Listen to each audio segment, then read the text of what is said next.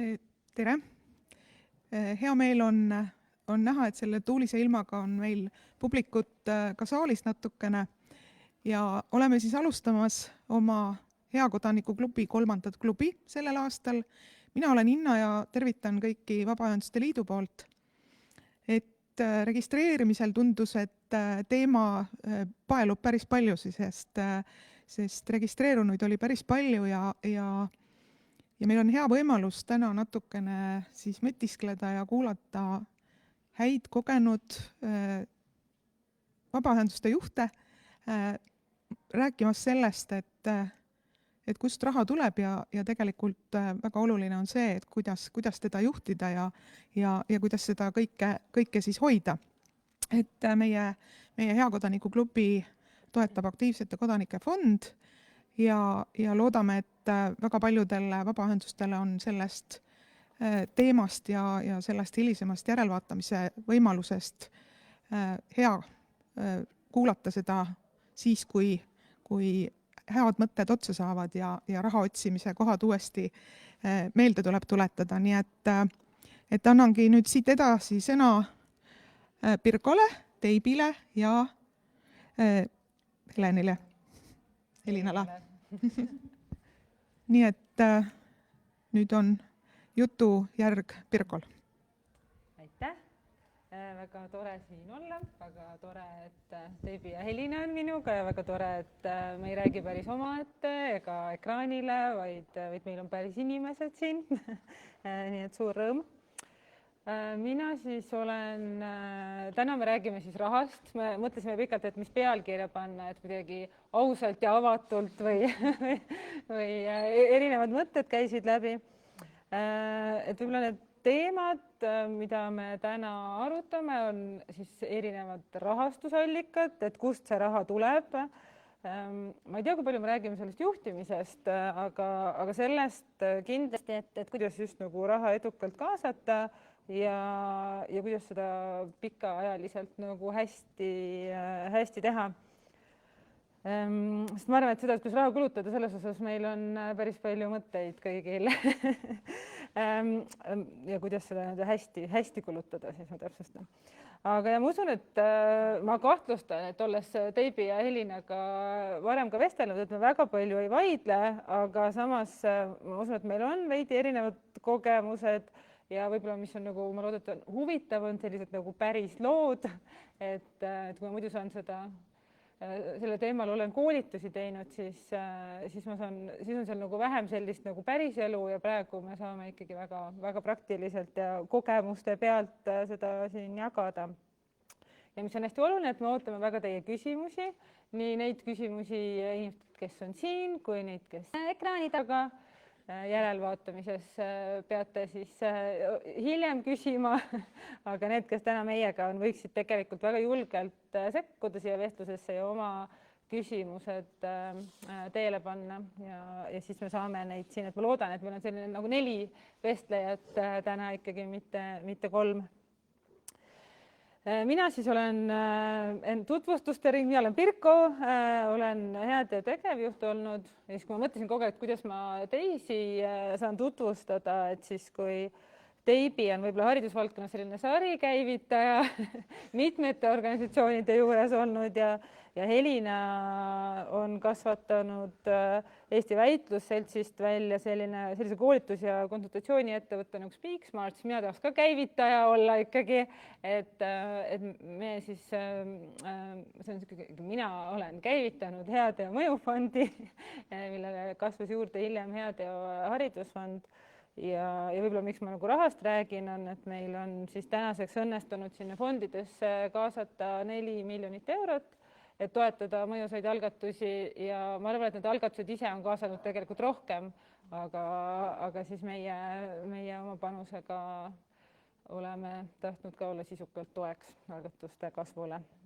Aga ma annan sõna Teibi, tutvusta ennast ka lühidalt, et kus need sari käivitamised, kus nad alguse said. Et minu jaoks alati mu Teibit tutvustada, mulle meeldib ikkagi öelda või see lause, et Teibi oli Noored Kooli esimene töötaja ja oli Noored Kooli käivitamise juures, aga mis sealt edasi välja kasvas? Jaa, et olen siis Deivi Torm ja no 15 aastat olen erinevate algatuste juures olnud just haridusvaldkonnas ja Noored Kooli oli tõesti see minu jaoks see tõuge, et kust see kuidagi see teekond alguse sai, aga praegu hetkel on laual siis tulevikutegijate programm, mis oli enne Tagasi kooli algatus, siis Tagasi koolist me tegime veel nii-öelda 2 algatust siin vahepeal, et ka Tagasi kooli e-tunnid ja asendusõpetajate programm, et need 3. Ja ma arvan, et on hea, kui ma ka lühidalt tutvustan kõiki neid algatusi, et mis on see nii-öelda iga algatuse point. Et tulevikutegijate programmi eesmärk on see, et tutvustada õpilastele siis 1.–12. klassini haridus- ja töömaailma võimalusi. Et toetada neil oma sellise nii-öelda tee leidmist. Ja kuidas me seda teeme, et me oleme siis loonud sellise unikaalse infosüsteemi, mis aitab kokku leppida haridus- ja töömaailma tutvustavaid külalistunde, õppekäike, töö- ja tudengivarjutamisi. Ja selle infosüsteemi me saime valmis tegelikult aasta aega tagasi ja ütleme, selline esmane tulemus on see, et meil on aastaga siis 1300 kasutajat selles süsteemis. Nendest siis umbes 400 õpetajat rohkem kui 250 koolist, et on esimesel aastal nagu kasutanud seda süsteemi. Ehk pooltest Eesti koolidest esimesel aastal kasutati seda süsteemi ja see aasta siis me oleme juba jõudnud 7000 õpilaseni oma nende kohtumistega. Ja Tagasi kool või tulevikutegijad on selline väike organisatsioon, et see meil on 4,5 töötajat umbes ja eelarve maht kuskil 100 000 eurot, et selline on see kokkuvõetuna. Rahastusmudelist ma veel ei räägi, sest sinna me jõuame. Nüüd asendusõpetajate programm, et kui tulevikutegijates ma olen tegevjuhi rollis, siis asendusõpetajate programmi algatajana ma olen ikkagi hästi igapäevaselt selle algatuse ka arengute juures sellise nagu juhatuse liikmena ja mõtlen kaasa just sellistes suurtes arendusküsimustes, näiteks IT-arendus on meil ka hetkel teema, aga asendusõpetajate programmi missioon on siis see, et iga tund, mis vajab asendamist, saaks asendatud ja me viimegi kokku siis asendusõpetajad koolidega. Ja näiteks sellel aastal siis meil praegu juba näeme, et meil tuleb kokku 16 000 asendustundi, et meil on üle 200 kooli ja lasteaia meie kliendid täna ja see on ka selline organisatsioon, et meil on seal 3,5 töötajat ja umbes see eelarve maht on kuskil, käive on tegelikult 200–300 000 aastas. Et sellised faktid siis. Jah, Tagasi kooli e-tundidest ainult nii palju, et Tagasi kooli e-tunnid YouTube'i otseülekandes tunnid siis õpetajatele on need mõeldud üldpädevuste õpetamiseks, et me teeme selliseid nii-öelda, see on nagu nii-öelda õppematerjali õpetajatele, et nad saaksid üldpädevusi koolis õpetada. Nii, aga see hetkel minu poolt kõik, nii et selline väga erinevad algatused hariduses ja kõikidel nendel on ka olnud hästi erinevad rahastusmudelid ja siis saame pärast veel vaadata sinna sisse. Aitäh! Tore, aitäh! Ja Helina? Tere kõigile! Helina Loor on minu nimi. Ja see põhjus, miks ma täna siin istun, on siis peamiselt see, mis Pirko enne välja tõi. Et kasvatasin siis väga tugevast MTÜ-st, mille nimi on Eesti Väitlusselts, välja siis koolitusettevõtte, mille nimeks sai lõpuks SpeakSmart. See kandis vahepeal veel paari nime, aga lõppkokkuvõttes ja praegu siiamaani on ta siis brändiga SpeakSmart. Ja selle koolituskonsultatsiooni ettevõtte siis selline tegevussuund oli see, et me õpetasime ettevõtetele argumenteerimisoskusi või üldse sellist ratsionaalset tööalast suhtlemisoskust, koosolekute pidamist, läbirääkimisi, esinemisi, kõike, mis puudutab sellist tööalast suhtlust. Ja noh, kui natuke Teibi tutvustas ka, et seda organisatsiooni nagu olemust, et siis Väitlusselts on muidu vabaühendus, kes siis pakub argumenteerimisoskuste õpet noortele, siis Speaksmart pakkus sedasama oskust täiskasvanutele ja põhimõtteliselt ma ütleks, et ehitasin nagu nullist kuskil seal 230 000-ni käibe ja see siis aastate peale 2006 kuni 2020. Väga tore. Ja nüüd on ka teised tegevused, ma ei tea, kas praegu on see hetk, et nendest rääkida, aga... Jaa, mis sa täna teed? Jah, Speaksmardi tegevjuhtimise andsin siis üle 2020. Võtsin natuke aja maha, mõtlesin, et mis ma siis teen eluga. Siis tegin väikese seikluse avalikus sektoris ja nüüd olen tagasi siis koolitusmaailmas ettevõttes Akaadian. Ehitan seal siis koolitussuunda üles. Tore, aitäh. Nii et meil on väga lai ampluaa. Kuna täna mina ühtepidi modereerin ja teistpidi räägin, et siis võib-olla nagu heateo poole pealt, et ongi, et kui me oleme siia kaasanud väga tugevad omatulu teenijad, et siis heategu tegelikult täna ikkagi püsib selliselt suurtel annetajatel peamiselt ja see on siis täitsa teine mudel. Aga jah, et nendest mudelitest me tegelikult tahtsimegi täna ka alustada, et üldse aru saada või võib-olla luua mingi selline raamistik. Et me oleme, kui ma selle teemal akadeemilist kirjandust olen lugenud, siis üks Stanford Social Innovation Review artikkel tegelikult annab nagu hästi huvitava raamistiku, kuidas üldse mõelda rahastuse kaasamisest ja sellest erinevatest võimalustest, mis on erinevatel organisatsioonidel.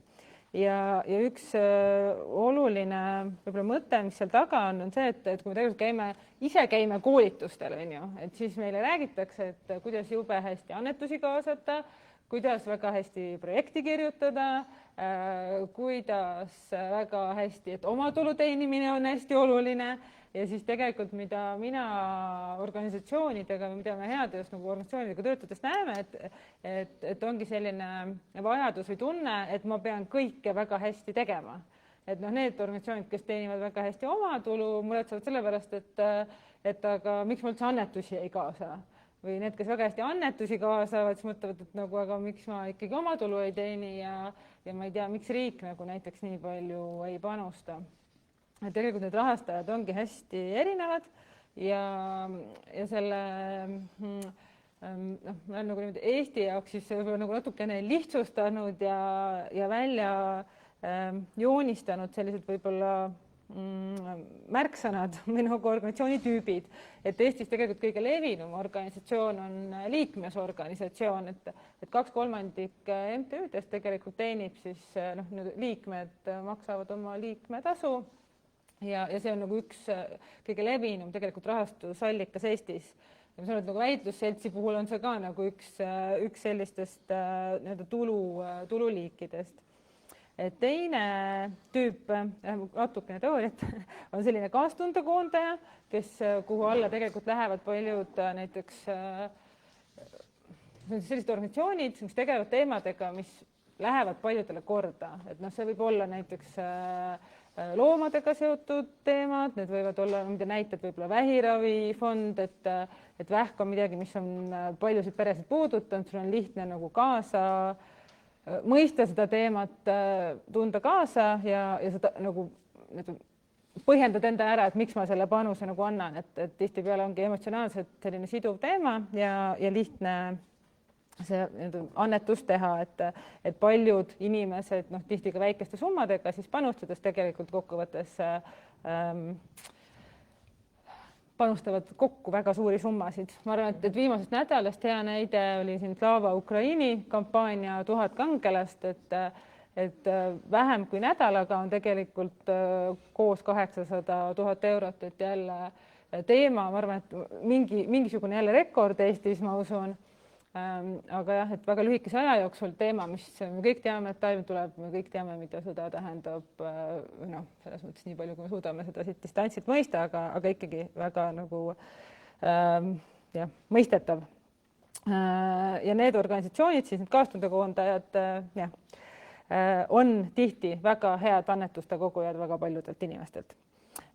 Kolmas selline tulumudel on avaliku teenuse pakkuja ja seal on siis kas riik või kohalik omavalitsus teinud otsuse, et ma võiksin näiteks ise teha naiste varjupaiga oma näiteks linnas, aga ma olen otsustanud, et ma võtan ühe MTÜ seda rolli täitma ja rahastan teda. Noh, muidugi kõik teame, et tihtipeale vajavad need MTÜ-d ka veel lisarahastust, aga põhimõtteliselt, et nii-öelda avaliku teenusega suhtes ikkagi on ka väga paljud organisatsioonid. Neljas organisatsioon on siis selline innovaator, kes võtab mingi teema, mida tavaliselt riik näiteks on teinud ja teeb seda lihtsalt nii palju paremini ja kaasab läbi selle ka erasektorist selliseid suurannetusi. Et seal võib-olla siis üks näide võib-olla ongi haridusfond ka ja et noh, et ühesõnaga, et kui me hariduses tahame innovatsiooni, et siis võib-olla riik loob innovatsiooni aeglasemalt, et võib-olla selline erasektori teadmiste kogemustega lähevad need asjad kiiremini ja teine näide võib-olla Noored Kooli samamoodi, kes on hästi suurelt riigi poole peal. Viies oleks siis turulooja, jällegi toodete-teenuste müük ja seal jälle meil on näite tulemas siin, et kuidas neid tooteid-teenuseid saab pakkuda. Ja siis ma mõtlesin, et kui need olid need nagu sellest Ameerika siis ülikooli näitel sellised levinevad tulumudelid ja siis ma mõtlesin ja ka teistega rääkisin, et tegelikult üks väga oluline tulumudel on siit puudu või organisatsiooni tüüp. Ja siis jõudsin selleni, et see ilmselt peaks olema Eesti puhul ka projektist projektini. Et võib-olla väga raske on annetusi kaasata ja väga raske, et on võib-olla nagu sellist suurt ja hästi nähtavat innovatsiooni luua, aga siis nagu, et see tundus ka mingi asi, kus tegelikult Eesti vabaühendused erinevad siis tihtipeale välismaailmast, et need projektirahad tulevad riigi poole pealt ja Eestis on see ikkagi see lootus riigile hästi suur või nendele erinevatele rahastajatele, et siis see projekti mudel on selline nagu väga levinud tulumudel. Nüüd tuli väga palju teooriat, aga siis nagu teie enda näidete pealt, et siis kui te seda teooriat kuulsite, et mis tüüpi organisatsioon teie organisatsioonid olid? No mina võin alustada, et tulevikutegijate puhul siis kõigepealt, et mis see tulumudel üldse on. Et nagu ma mainisin, meil on infosüsteem ja me korraldame just üldhariduses selliseid kohtumisi õpilastega, et siis kohe on nagu see, et kes maksab, on ju. Õpilane ju selle eest ei maksa, eks. Nüüd kool, kas kool võiks selle eest maksta, eks? Ei, kooli jaoks on ikkagi ka selline nagu nii väike asi või selline, mitte nii-öelda selles õppekavas nähtavasti esimene asi.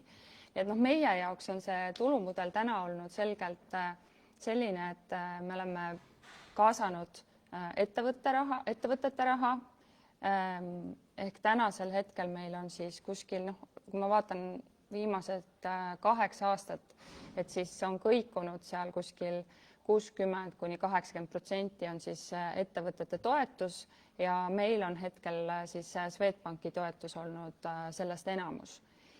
Ja siis see 20–40% on olnud fondid, erinevad fondid.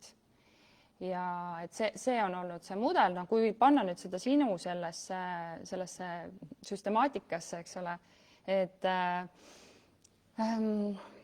siis on ühelt poolt võib-olla selline innovatsiooni toetamine ettevõtjate kaudu, on ju, aga teiselt poolt ka siis mingisugune riigi panus seal juures.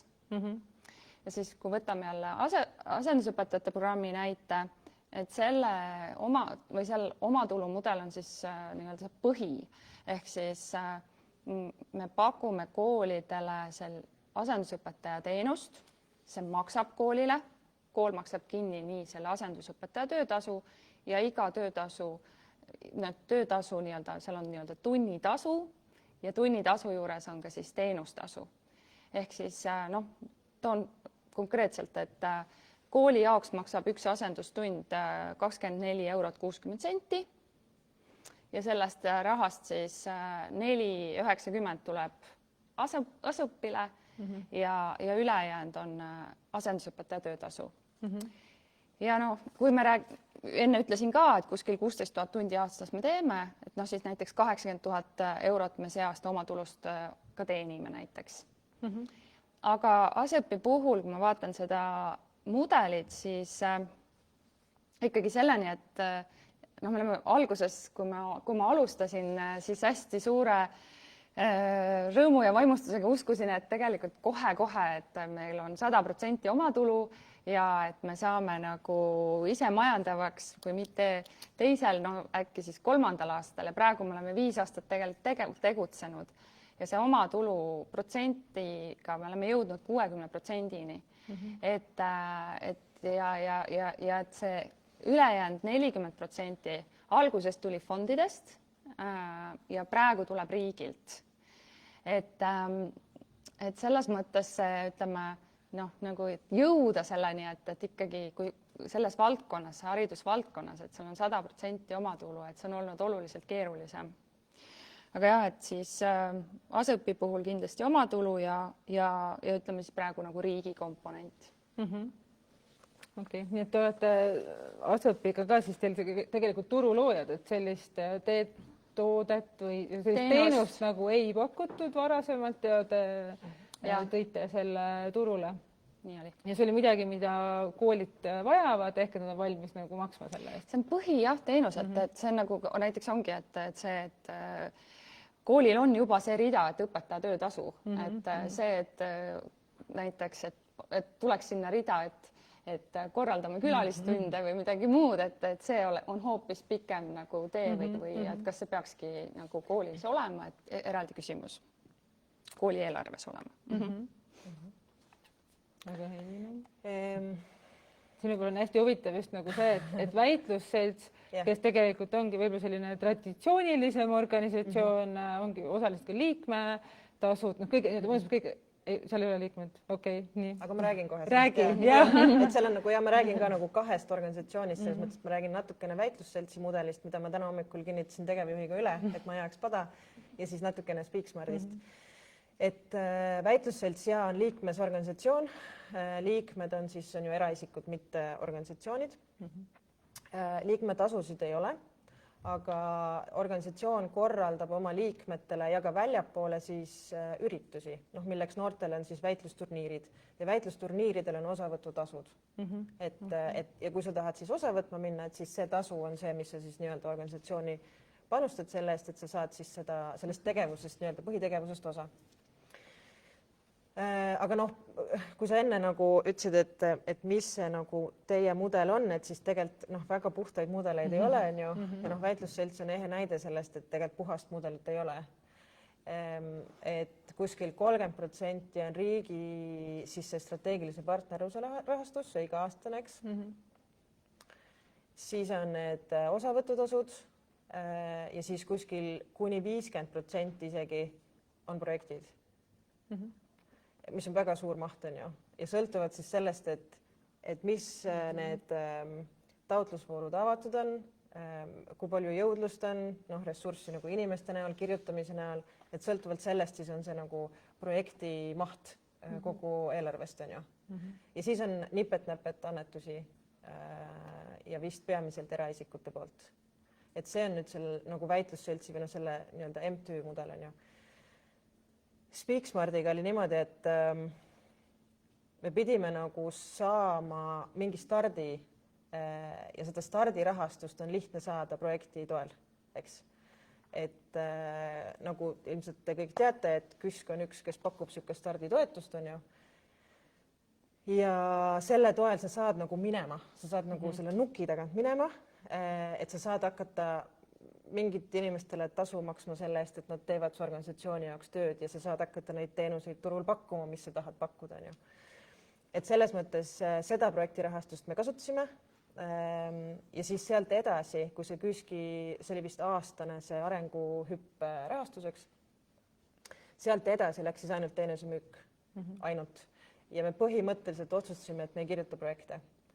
Ja see põhjus, eks on selles, et kui sa kirjutad teenuse osutajana, või sa pakud muidu turul tasulist teenust ja siis sa kirjutad projekti ja pakud teenuseid tasuta, sest see on ju tihti selle projekti kirjutamise tingimus või rahastaja tingimus, et siis sa tegelikult rikud oma turgu nagu. Et kui ühel hetkel saab seda sama teenust tasuta, siis teisel hetkel ma küsin selle eest nagu 150 eurot või 2000 eurot või mis iganes see summa on, et miks ma siis peaks maksma, et miks ma siis peaks nagu tasuliselt üldse kuhugi tulema. Et siis meil oli nagu põhimõtteline otsus, et me projektirahastusi ei tee või projekti ei kirjutanudki ja vaikselt siis nagu kasvatasime oma äri niimoodi, et jõuda siis selle ise majandava mudelini välja. Ja samas siin on ka nagu erisus või nagu selline näide kõrval, et me asendusõpetajate programmis oleme riigi toel pakkunud tasuta koolidele võimalust nagu kasutada asendusõpetajate teenust.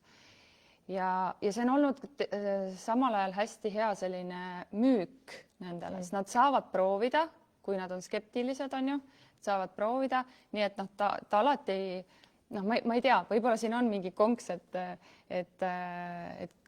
kuidas on saada siis maksma pärast, aga kui see klient nagu teab, et see on nagu ajutine ja ma saan proovida, et see võib ka toimida teinekord. Ja ma arvan, et see on ehe näide sellest nagu start või nagu käima lükkamise faasist. Tutvustad nagu ära ja siis hakkad on ju teenust müüma. Just. Et see jällegi ka üks näide, et tagasi kooli e-tundidega me esimesed 200 tundi tegimegi kõigile ettevõtetele, ministeeriumitele tasuta, ja leidsime selle jaoks fondirahad. Ja siis nad nagu nägid, et sellel on väärtus ja täna, eks ole, see projekt on ise majandav, et me tõesti suudame müüa sellest. Et ta võib ka nagu selles mõttes hästi selliselt töötada. Tarkade valikute teema siis. Üks asi, mis mulle tundub, et tegelikult kohati tõmbab organisatsioone ikkagi ribadeks, on see, et neid allikaid on nagu hästi palju, et kuidagi see tunne, et nagu mis musklit ma nagu treenin, et kas ma treenin seda tasu küsimise ikkagi musklit või projekti kirjutamise musklit või annetuste küsimise nagu musklit, et me oleme hästi väiksed organisatsioonid tihtipeale, et ei ole nii, et sa saad panna 10 inimest ühe teemaga tööle ja 10 inimest teise ja nii edasi, et lõppkokkuvõttes sul ongi 1, 2, 3 inimest, kes üldse igapäevaselt on sinuga ja siis tuleb teha, tundub, et kohati tundub, et see edu võti võib olla selles nagu valiku ka tegemises, et kui lihtne või raske see, ma ei tea, teie puhul on olnud, et kas see valiku tegemine, tegelikult huvitav ka kuulata tegelikult teiste kommentaare, et mu hüpotees on, et kui sa teed nagu valikuid ja keskendud vähemale, et siis sa võid olla edukam, aga samas jällegi tundub, et kui igalt poolt saab natukene, siis peab ikkagi kõike tegema. Et kuidas te seda olete balansseerinud?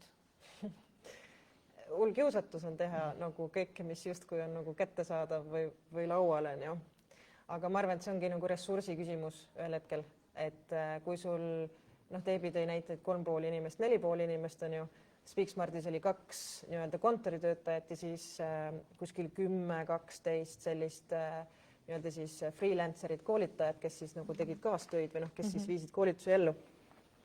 Et siis sa 2 inimesega ei tee kõiki neid asju, sa lihtsalt pead valima ja siis sa teed need valikud mingitele argumentidele toetudes loodetavasti, et mis on su nagu tugevus, milles sa, et kas parasjagu näiteks, et kas projektirahastust teha on ju, et kas parasjagu on ka selliseid rahastusi, mis võimaldavad mul teha asju nii, nagu ma tahan teha, et projektidel on omad piirangud on ju, omad võimalused,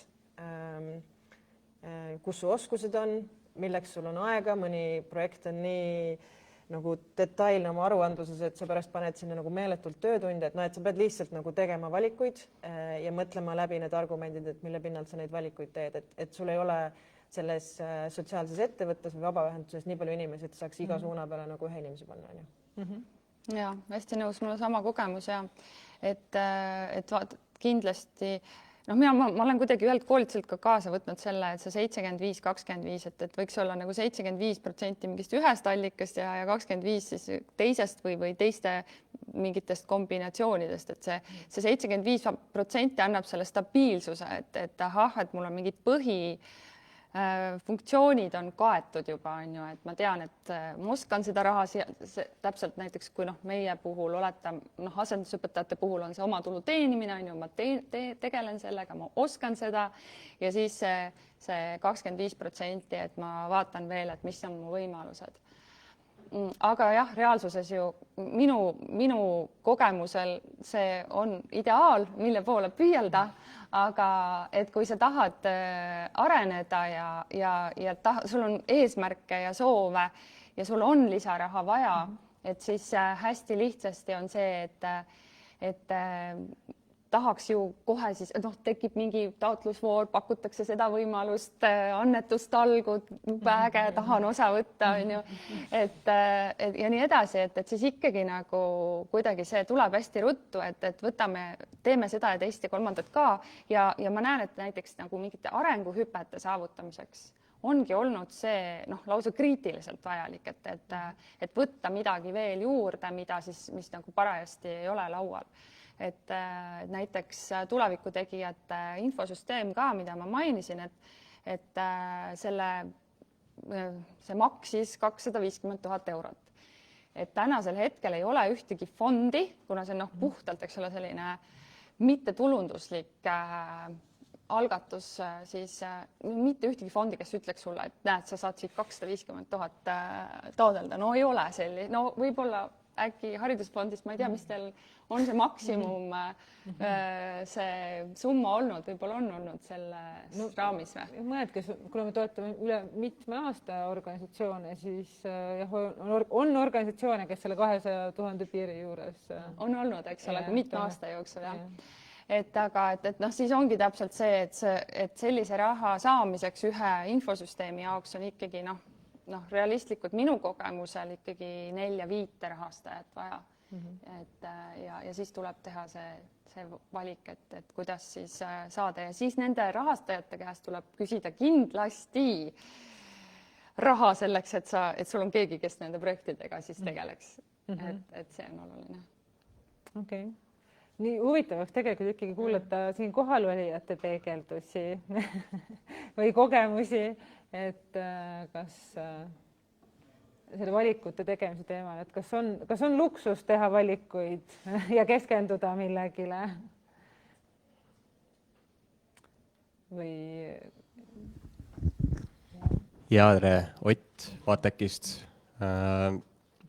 Meil on olnud selle võrra nagu lihtne, et meil on olnud siis varasemalt hasartmängumaksust või nüüd hiljem Sotsiaalministeeriumi strateegilise partnerina selline teatav stabiilsus, aga võib-olla ongi see, et see on vähemasti võimaldanud seda poolt, et me oleme reaalselt saanud keskenduda nendele asjadele, mis on meil kõige olulisemad.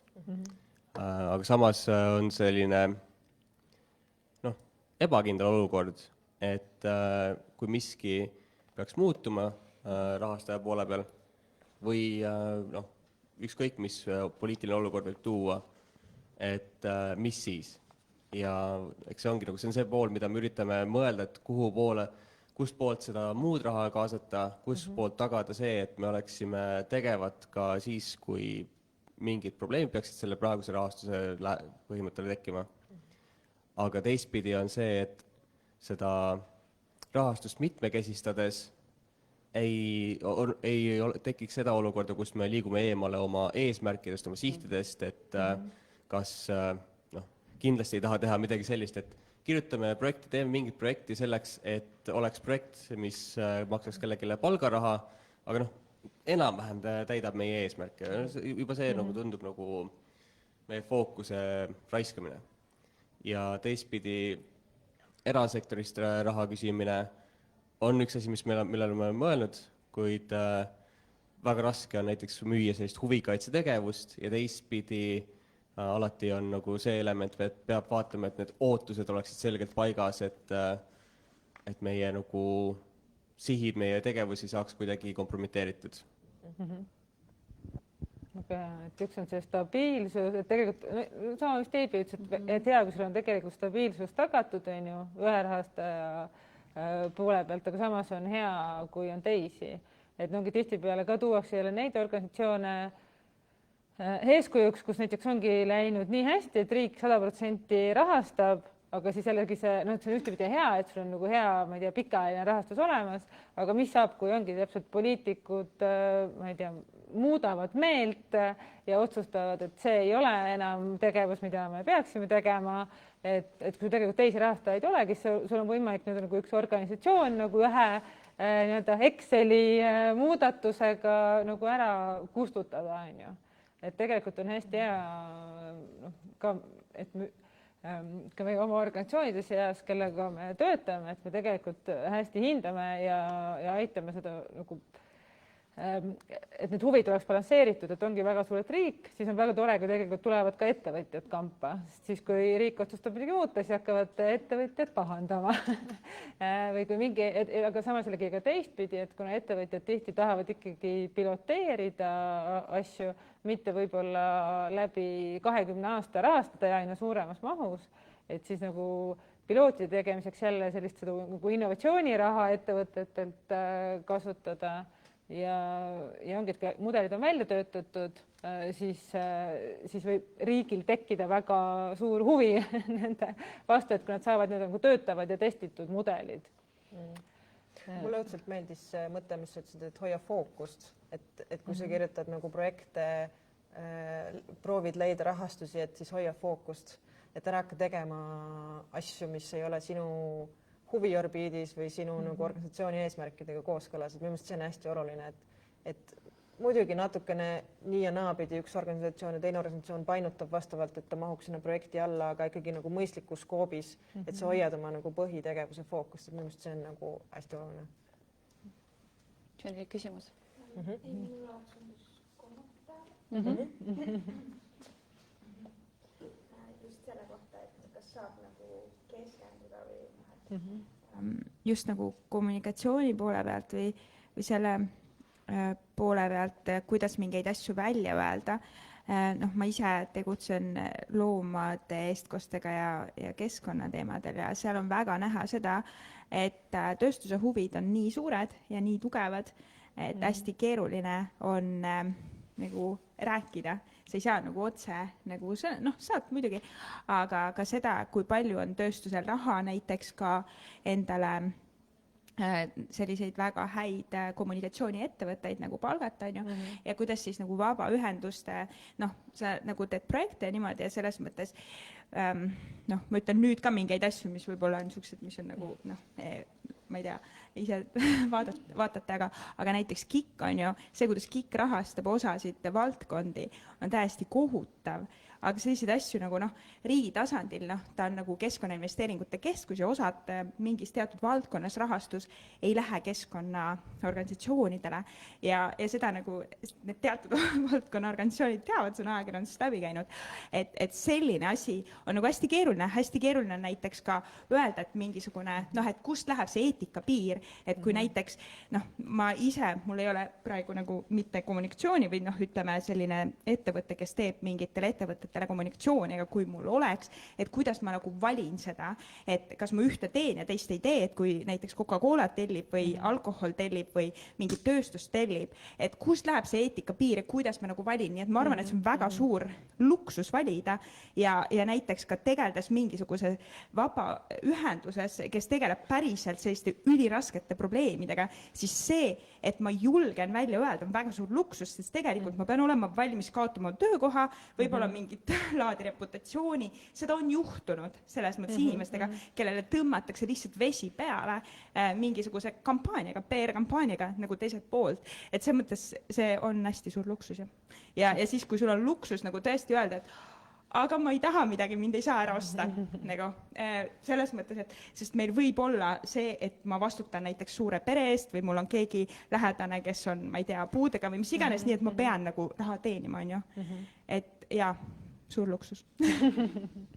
ja no keskkonnateema on samas üks nendest teemadest, mis jah, ka tegelikult ongi loomad, meil on efektiivne altruism, et seal on nagu väga suur liikumine selles suunas, et me hindaksime nii-öelda oma jalajälge ikkagi nagu laiemalt, on ju, ja nagu jah, mitte ainult inimeste ja loomade õigused, loodus on ju, et noh, et kõik see on nagu väga olulisel kohal ja seal oleks muidugi jah, nagu kaasa mõelda, siis seal on võib-olla küsimus ka nagu liitlaste leidmises, et on neid inimesi, kes on väga tugevalt ühes või teises leeris, on ju, et kuidas siis juba selline kõrgem strateegia ja lõpuks ta lähebki juba lobini välja, on ju, et kuidas seda teha ja kui ühel pool on hästi suured ressursid, et kuidas siis hästi kavalalt nagu mängida seda nii-öelda nagu teist poolt.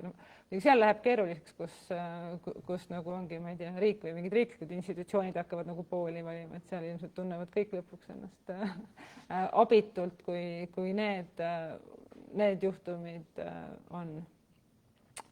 Et meil nagu huvitav näide tegelikult, sellised nagu keerulisi teemasid on veel ja mõned teemad on sellepärast keerulised, et nendest need on nagu tabuteemad, nendest ei julgeta rääkida.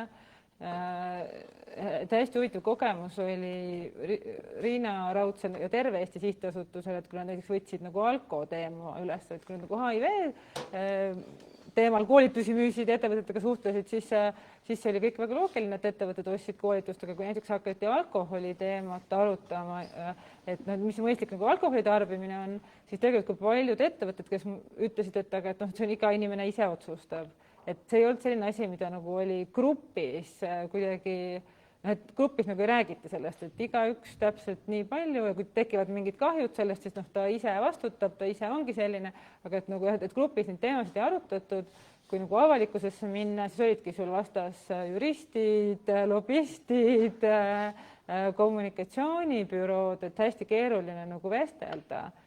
Ja see, mis nagu Riina pidi tegema selle jaoks, et tegelikult ka lõpuks muutusid ju seadused ja see, et kuidas tohib nagu seda teemat reklaamida näiteks ja mitte, et see nüüd selle asja taga, see nimi on diskursuse nagu muutmine, et kuidas me üldse nagu räägime mingitest teemadest, et kui alkoholimüüjad reklaamisid nagu ennast läbi selle, et see on nagu äge ja vabadus ja ma ise otsustan, siis see vastaspool pidi argumenteerima läbi selle, et see ei ole vabadus, sellepärast et see alkoholimüüja just ütles sulle, et sa oled siis vaba, kui sa jood, et tegelikult see on ikkagi sulle nagu peale surutud, et see on nagu tohutu peenmäng jah, et kuidas siis neid sõnumeid seada ja ma arvan, et üks nagu geniaalsemaid asju oligi lõpuks see kampaania, mille Terve Eesti sihtasutus välja töötas, joome poole vähem, mis ei olnud see, et nagu sina joo poole vähem, et minul on kõik hästi, aga et me kõik koos peaksime hakkama poole vähem jooma ja siis nagu selline ühise koalitsiooni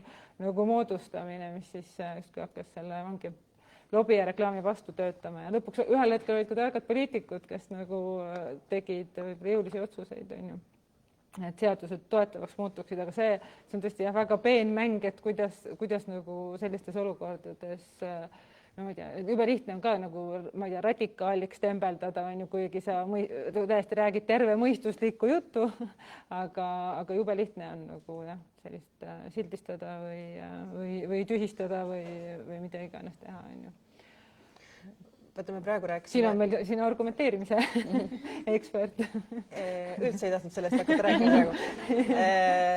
Lihtsalt, et kui me rääkisime rahastusmudelite nagu varieerimisest või sellest, et kus siis raha tuleb, et siis isegi näiteks, kui sa oled otsustanud müüa teenuseid, et siis ka seal sees varieerimine, kellele sa müüd, on nagu oluline läbi mõelda, et jaga oma portfell nagu riik, era- ja vabaühenduste vahel ära, et vabaühendused võib-olla ostavad vähem, on ju, aga erasektor ja avalik sektor, et tegelikult võiks seal ka varieerida, sellepärast, et siis sa oled nagu majandusmuutustele vastupidavam, on ju.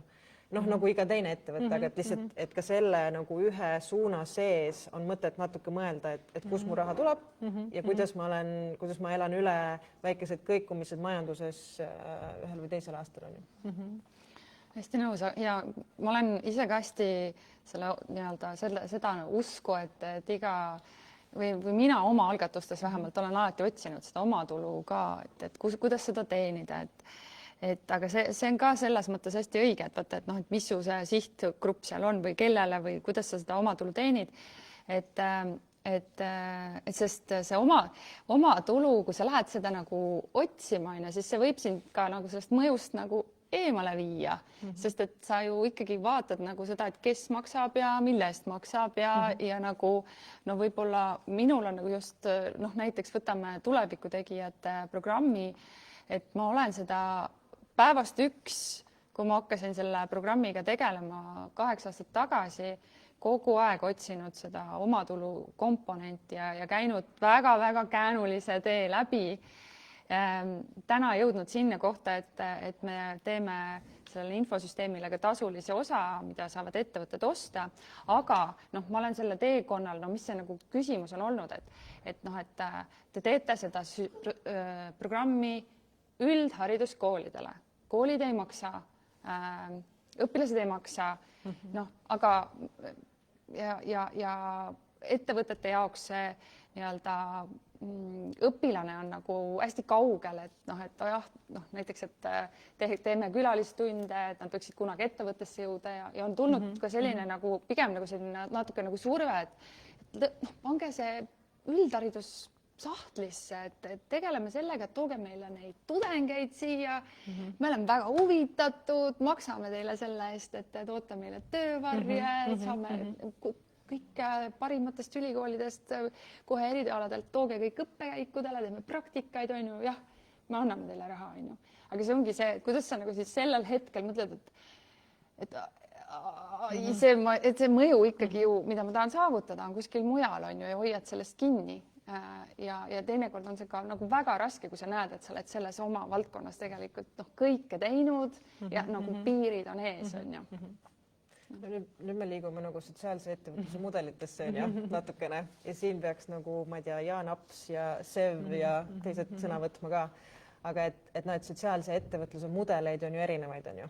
Et üks on see, et sa müüd seda sama teenust, mis on sinu missioon, mis on see, mis me tegime Väitlusseltsi ja Speaksmartiga, et me hoidsime väga tugevalt missioonist kinni, et me ei hakanud tegema teenuseid, mis ei ole nagu, ei toetanud seda üldpõhimõtet, et nagu ratsionaalne tööalane suhtlus on ju. Argumenteeritud suhtlus. Aga on ju mudeleid, kus sotsiaalne ettevõte müüb midagi muud.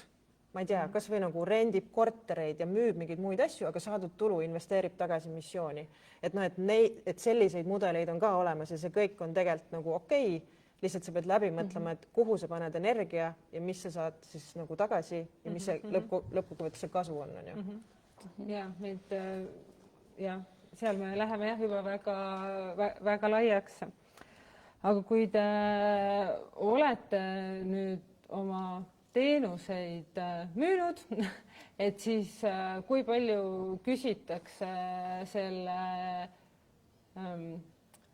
kas need, kes ostavad, saavad aru sellest mõjust, mida te müüte, või need ikkagi lahendavad oma sellist praktilist probleemi, et mul on vaja üks seminaripäev ära modereerida versus nagu see missioon, et kui palju on seda, et ta peabki olema vastama selle ettevõtte vajadustele, et noh, mul on see päev modereerida, tulge tehke ära, on ju, ja te konkureerite seal nagu teistega ja kui palju on see, et nad mõistavad, et tegelikult teie olete hästi eriline pakkuja, sest teil on seal taga ka missioon, mitte lihtsalt see teenus või kas nad peavadki üldse mõistma seda missiooni ja mõju? Noh, eelkõige su teenus peab olema ikkagi see, mis lahendab kliendi vajadusi, on ju. Et sa ei saa pakkuda mingit täiesti teist teenust või ebakvaliteetset teenust. Et sellega sa turul ei konkureeri, on ju. Et kui sul on vaja juhtida arutelu, siis sul peavad olema head arutelujuhid, et see on juba nagu iseenesest mõistetav, mina ütleks. Aga et seal kõrval see missiooni kommunikeerimine peaks olema nagu läbiv. Müügietapis, pakkumistes, teenuse läbiviimise etapis, et sul inimesed, kes astuvad ruumi ette, moderaatorid ütlevad, kus nad tulevad ja kes nad on ju. Ja mul Speaksmartis on päris mitu klienti öelnud, et ma ostan teie käest sellepärast, et teil on seal taga missioon ja vabaühendus ja ma tean, et see raha läheb nagu hea asja jaoks. Et noored saavad põhimõtteliselt siis nagu Eestis argumendioskuseid tänu sellele, on ju, et see suurem emaorganisatsioon elab nii-öelda. Et mõlemad on olulised, aga ma ütleks, et eelkõige nagu see kliendi vajadus ja siis see missioon, aga seda peab ise hästi osavalt nagu kommunikeerima ja ütlema, et miks me oleme olemas, mida me teeme, mis asja me ajame nagu. asendusõpetajate puhul noh, jah, selle näitel kindlasti koolid on alati asendusõpetajaid ju kasutanud, on ju. Ja samal ajal seal on ikkagi nii palju igasuguseid probleeme, noh näiteks seda, et asendusõpetajatele tihti ei maksta või ja nii edasi ja nii edasi. Tegelikult ikkagi see on nagu sellise missiooni, noh, meie missioon, et iga tund loeb, et see, et meil jäävad tunnid ära, tekitab lõpuks mingisuguseid auke õppijate õpitees ja võib tekitada väga olulistes valdkondades auke, nii et see mõjutab nende nagu tulevikuvõimalusi olulisel määral. Et aga jah, et see, ma arvan, et väga paljude sotsiaalsete algatuste nagu jaoks on teemaks see, et sa pead seda nagu kultuuri ka mõjutama ja muutma, on ju. Ja asendusõpetajate programmi jaoks kindlasti, et see, et see kultuuri loomine, et üldse koolides, et asendusõpetajate tellimine on okei. Sa võid sellist asja üldse nagu tellida, et sa ei pea ise hakkama saama, see võtab koolis nii palju aega ära ja see aeg tegelikult, see võiks minna kuhugi mujale selle asemel, et õppealajuhatajatest mingisugune pool tööaega on selleks, et kes läheb kuhu asendama, on ju, versus, et mis on nagu koolis veel sisulised küsimused. Et selline kindlasti hästi oluline, et tegeleda siis selle nii-öelda missiooni kommunikeerimisega, nagu sa ütlesid, nagu mõnes mõttes iga kord, kui sa nagu suhtled, on ju, aga ka laiemalt ühiskonnas, kõik see, mida artiklid, mida sa kirjutad või kohtumised ja esinemised ja kõik see pool sinna juurde. Okei. Küsimus nagu eesmärkide kohta, et kuidas teie oma organisatsioonis eesmärki seadsite, et jällegi selline võib-olla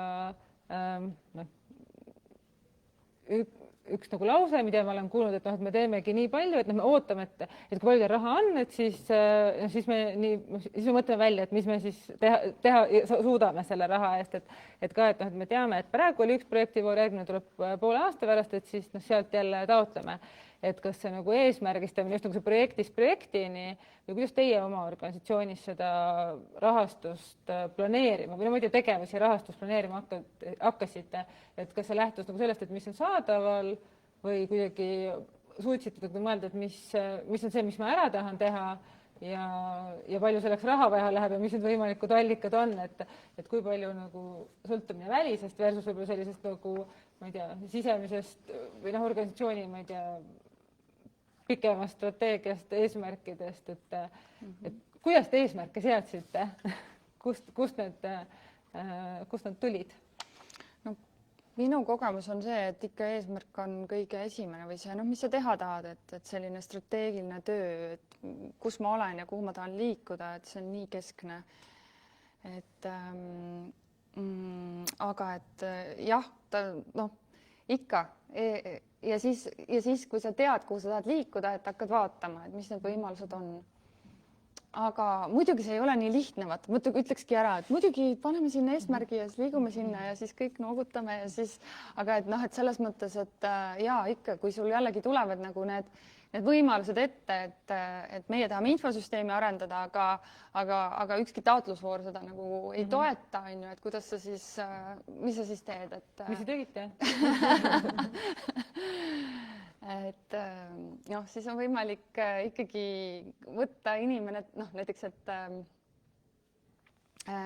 vaadata, kuidas sa mahud sinna, kuidas sa mahud ja tegelikult see on, ma arvan, üks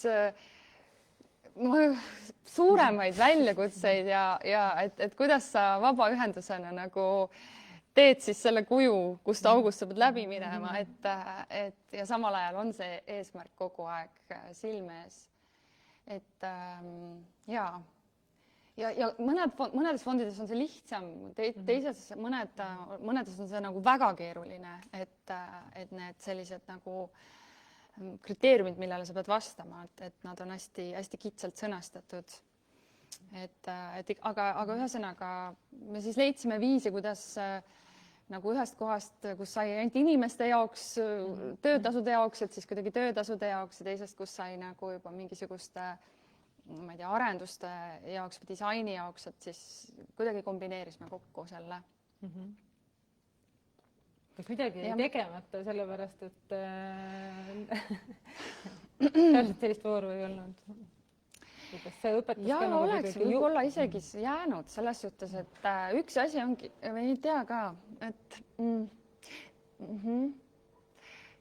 et no õnneks oli KÜSK-is oli see voor, et sa saad nagu oma tulu teenimist nagu arendada, eks ole, sest tihtipeale ongi see riigis või fondides, et sa ei saa, on ju.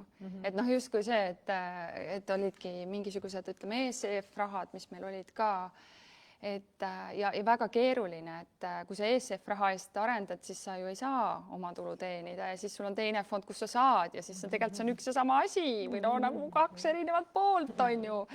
Ja tegelikult riik tahab ka, et sa oleksid jätkusuutlik, aga nagu noh, ja teeniksid oma tulu, eks on ju, aga see ei lähe kokku selle Euroopa Liidu mõttega selle ja rahastusega. Et selles mõttes selline väljakutse, et kuidas seda läbi rääkida ja mis tükid siis on nüüd avalik osa ja mis tükid ei ole näiteks. Et aga no õnnestus. Super. Kuidas tagasi eesmärkide juurde? Et kuidas nojah, meil siis, kui me ikkagi nagu tahtsime hakata tegema täisajaga oma nagu ettevõtet, et alguses ta oli niisugune side business ja natuke tegid ühe asja kõrvalt ja teise asja kõrvalt, nagu te ilmselt kõik olete ju tuttavad, kuidas seda asja tehakse. Aga et kui tahaks nagu 100% pühenduda, et siis on küsimus, et kust see stardipauk tuleb, on ju, stardirahastus. Ja seal me kasutasime ka sedasama KÜSK-i arenguhüppe rahastust. Tollal ajal oli ta arenguhüppe, võib-olla nüüd on ta nime muutnud. Ja seal me seadsime väga selge eesmärgi, on ju, et meil on see teenus, aasta pärast me peame olema ise majandavad ja rahastus oli aastaks. Ja see rahastus kattis poole meie kuludest. Et meil oli nagu hästi nagu sihuke piiri peal kõndimine, et sa pidid müüma selleks, et üldse seda rahastust, noh, rahastusega nii-öelda lõpuni vedada, selle aasta lõpuni vedada. Aga noh, siis pingutadki, on ju, siis pingutad niimoodi, et on pingutatud ja noh, paar kuud jäi rahastust puudu, aga et, no, et sellest me võime siis pärast rääkida, kuidas see lahenes lõbusate lugude etapis. Oota, mul oli mingi mõte veel, mis ma tahtsin öelda. Aga et minu meelest just see hetk, et kui sa tahad minna nagu, ma ei tea, nii-öelda professionaalselt organisatsiooniks, hakata müüma teenuseid, et siis see nii-öelda nagu projektidest teenuse müügini nii-öelda see üleminek, see võib olla hästi valuline, on ju. Et sul see ei saa nagu piisavalt kiiresti hakata oma teenuseid müüma, et rahastada oma nagu tegevust. Ehk siis selline nagu sildrahastus või? Ma isegi ei oska selle öelda nagu õiget nime, et minu meelest see on nagu puudu. Et KÜSK on natuke see, aga väga paljud projektid ei võimalda sellist rahastuse tüüpi, et sa nagu liigud vaikselt nagu sinna iseseisva ettevõtluse suuna peale. Ja seal on nagu hästi suur sihuke auk, mida tegelikult võiks mingite nagu rahastusmeetmetega on ju muuta. Olgu see siis mingisugused väga headel tingimustel nagu laenud Eesti pankadest, mis iganes see siis on, aga et seal on mingi nagu auk, mida me ise tajusime hästi nagu teravalt.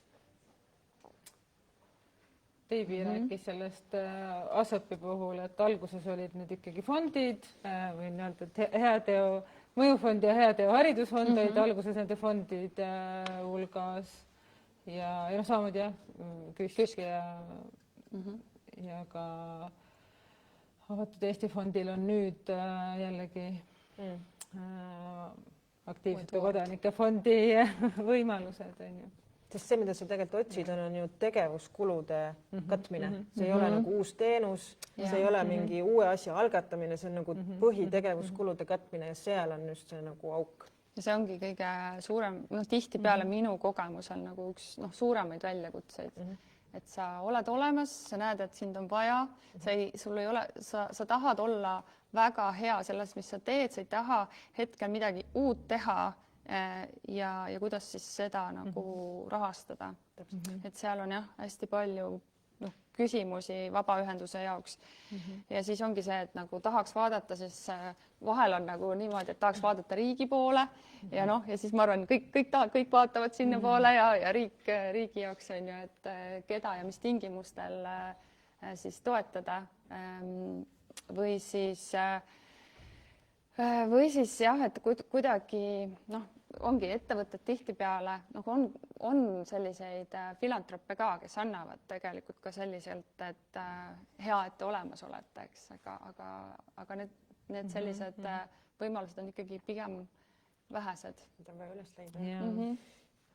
Et ma arvan, et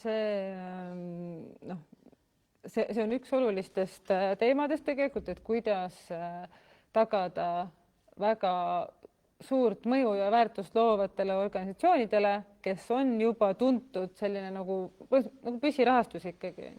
Et hästi huvitav on, kui ma räägin ettevõtetega, siis tuleb näiteks väga äge disainiettevõte minu juurde ja ütleb, et kas oleks mõni hästi alustav vabaühendus, kellele me saaksime midagi pakkuda või teha. Et need organisatsioonid, mida ta juba kuskil meedias näinud on, et ta tundub, et need on juba hästi suured ja neil on kõik juba hästi. Ja samas me kõik teame, et me kõik oleme sellised organisatsioonidest, millest on olnud kuulda ja mis on nagu nähtaval, aga samas tegelikult on see, et ikkagi kui on vaja disainerit või kui on vaja, ma ei tea, kommnõu, siis see tegelikult oleks sul vaja seda pro bono saada, sest sa nagu turutingimustel ei ole võimeline seda ostma, aga soov on just panustada hästi alguses järgus olevatesse organisatsioonidesse. Siis tahaks nagu öelda, et kuidas me tagame, et nad ka aasta aja pärast olemas on, tegelikult tahad ju sellist mõju, mis hästi pikaajaliselt nagu kestab. Ja just see arusaamine, et tegelikult ka need suured organisatsioonid võivad olla hästi haavatavad. Et kuidagi ei tahaks neid nagu välistada, vaid pigem tahaks, et tulevad küsivad, et ma tahan sinna valdkonda panustada, et kes on kõige mõjusamad organisatsioonid või suuremad, sest tegelikult tundub, et seda tuge läheb absoluutselt kõigil vaja. Ja ükskõik, mis faasis sa oled. Ja siis just, et suurte toetuste puhul ka on näiteks see innovatsiooni mudel, et innovaatori mudel, et kui sa tegelikult oled juba selle suure innovatsiooni ära teinud, ma ei tea, võime ka rääkida heateost näiteks, on ju, et kuidas seda järgmist hüpet teha, et tundub, et te olete juba nii suur ja teil on kõik nii hästi, aga jällegi, et sa näed, et mida sa saaksid veel paremini teha, sul on vaja lisarahastust selleks ja siis on jälle küsimus, et aga kust see siis tuleb, et siis tundub justkui, et ma ei taha öelda, et see, mis ma olen teinud, et sellel pole mõtet, sest ma tean, et sellel on mõtet, et ma ei taha selle tegemisest loobuda, midagi uut teha, ma tahan seda sama asju teha, ma tahan veel paremini teha, et võib-olla selliste nagu väiksemate hüpete tegemisel, mis on tegelikult väga olulised ja sellest poolt näed, kui oluline see on, et siis väljapoole seda selgitada. On juba raske, et ei taha kogu aeg seda katust, et värvime ühel hetkel punaseks, siis roheliseks, siis et paistab kaugel, et nagu oleks midagi uut, on ju, maja ja vundament ja kõik on ju nagu sama. See on ka nagu organisatsioonide jätkusuutlikkuse küsimus on ju, et kui sa tahad, et seal on hea juhtimine püsivalt, et siis sa pead neid inimesi suutma hoida. Et see ei ole niimoodi, et sul iga aasta tegevjuht vahetub, on ju, aga et sa ei suuda häid inimesi hoida, kui sul ei ole ka nagu normaalselt palka maksta, on ju. Et ühesõnaga, me jõuame juba sinna teemasse, on ju, et selle jaoks see püsiv, tugev rahastus ka nendel suurtel organisatsioonidel, kes justkui tunduvad suured ja võimsad, on tegelikult nagu kriitiline koht, on ju. Jaa. Et see, ma ei teagi, ma tahaks teha mingi küsitluse. Et üks asi, mis mind hästi kõnetab ja millega me fondis nagu kokku puutume, on kogu nagu palga maksmise teema.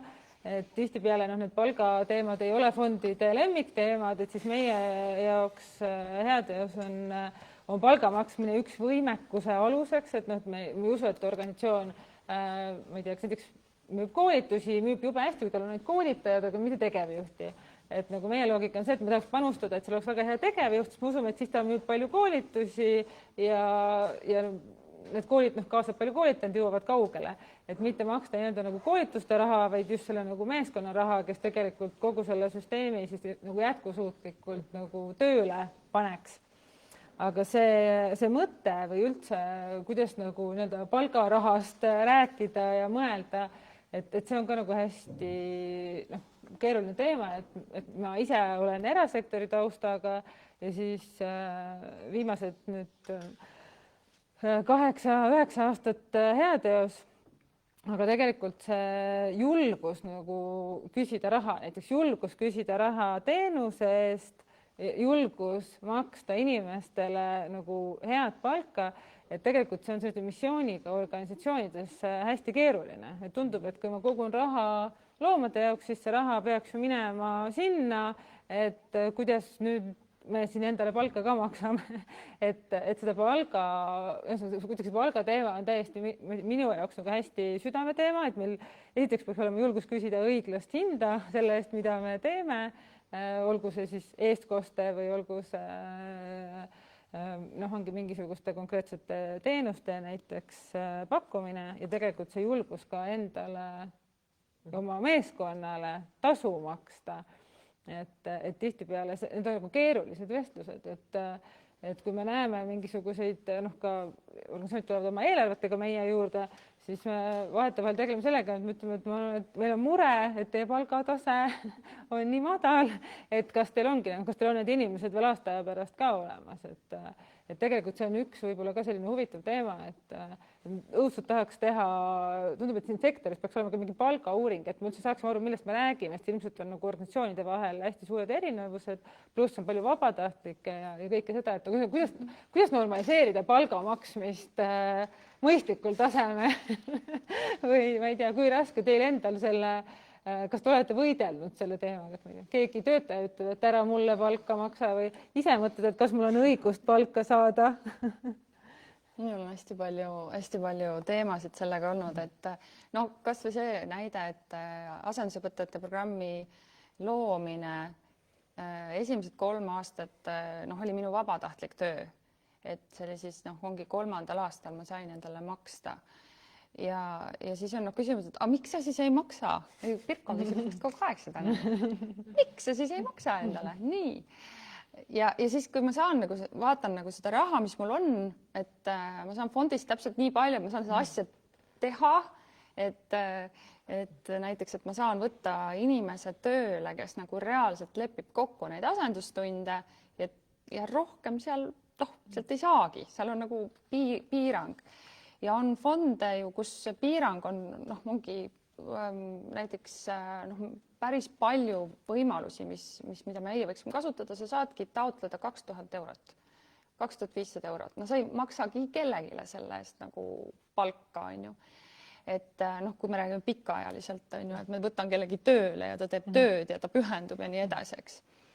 Et siis need voorud või need ongi see summa, mis mul on, ma olen eelkõige tõesti mõelnud nii, et ma pean selle asja käivitama, et see tööle läheks ja siis proovime siis vabatahtliku tööle selle ära teha, selle nagu töötades teeskohaga samal ajal kuskil mujal.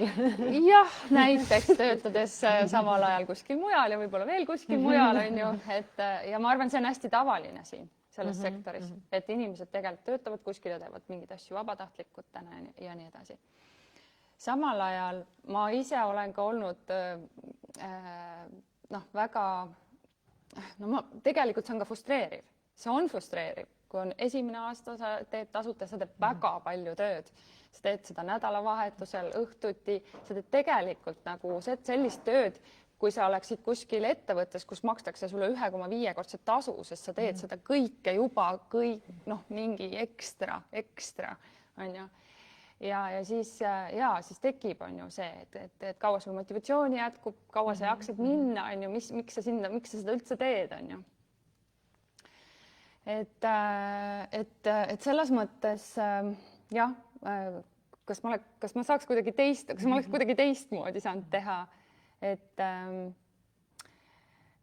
hästi, mina ei tea, mina ei oskaks, ma ei oskaks, et enne nagu kui see, et mul on olemas nagu kuidagi asõpi puhul just, et mul on olemas see tegevjuht ja teenusejuhid ja kõik, kes seda nagu asja ellu viivad, et see on olnud hästi minu prioriteet hetkel. Et ma ei tea, võib-olla keegi oskab mind õpetada, et kuidas oleks saanud nagu teistmoodi.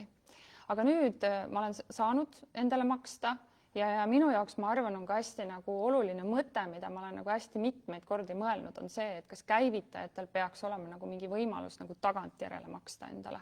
et ja mis tingimustel endale siis tagantjärele maksta, kui see asi on ikkagi edukas, ta on oluline, ta on mõjukas, seda on vaja, eks ole, et see küsimus. Aga noh, jällegi tuleviku tegijate poole pealt,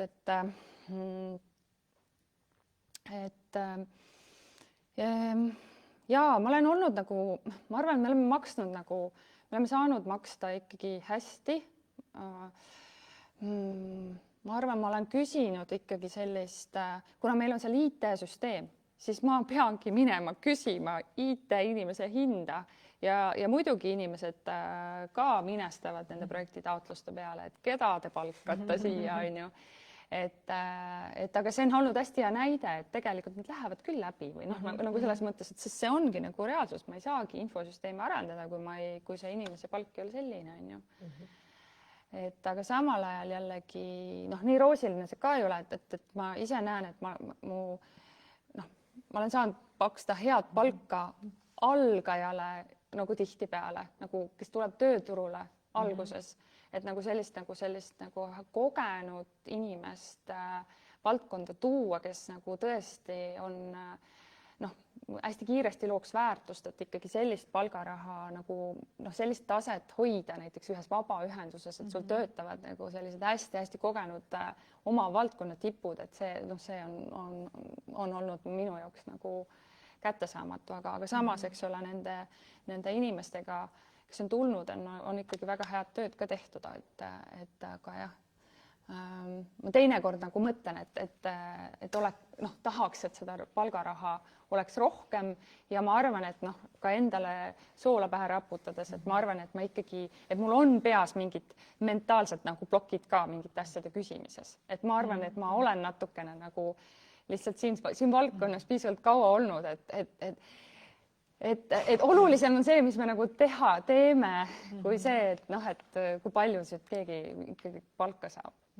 Ja selle IT koha pealt mul üks huvitav lugu, et mul oli üks projekt, kus oli vabatahtlikku panust 1000 euro väärtuses, oli üks IT-sektori vabatahtlik, kes proges meile mingid asjad valmis ja siis, kui ma vaatasin, et mis selle vabatahtliku tasu kuidagi seal, ma ei tea, mingi vabariigi keskmine vist oli sellist, ma ei tea, mingi 4-50 tund, aga ma pidin tema käest võtma nagu allkirja sellele paberile, et ta tegi nii palju tunde ja seal oli ka see hind ja siis mõtlesin, et ma ei julge ta juurde minna, teatama talle, et ta tund on väärt 4,52.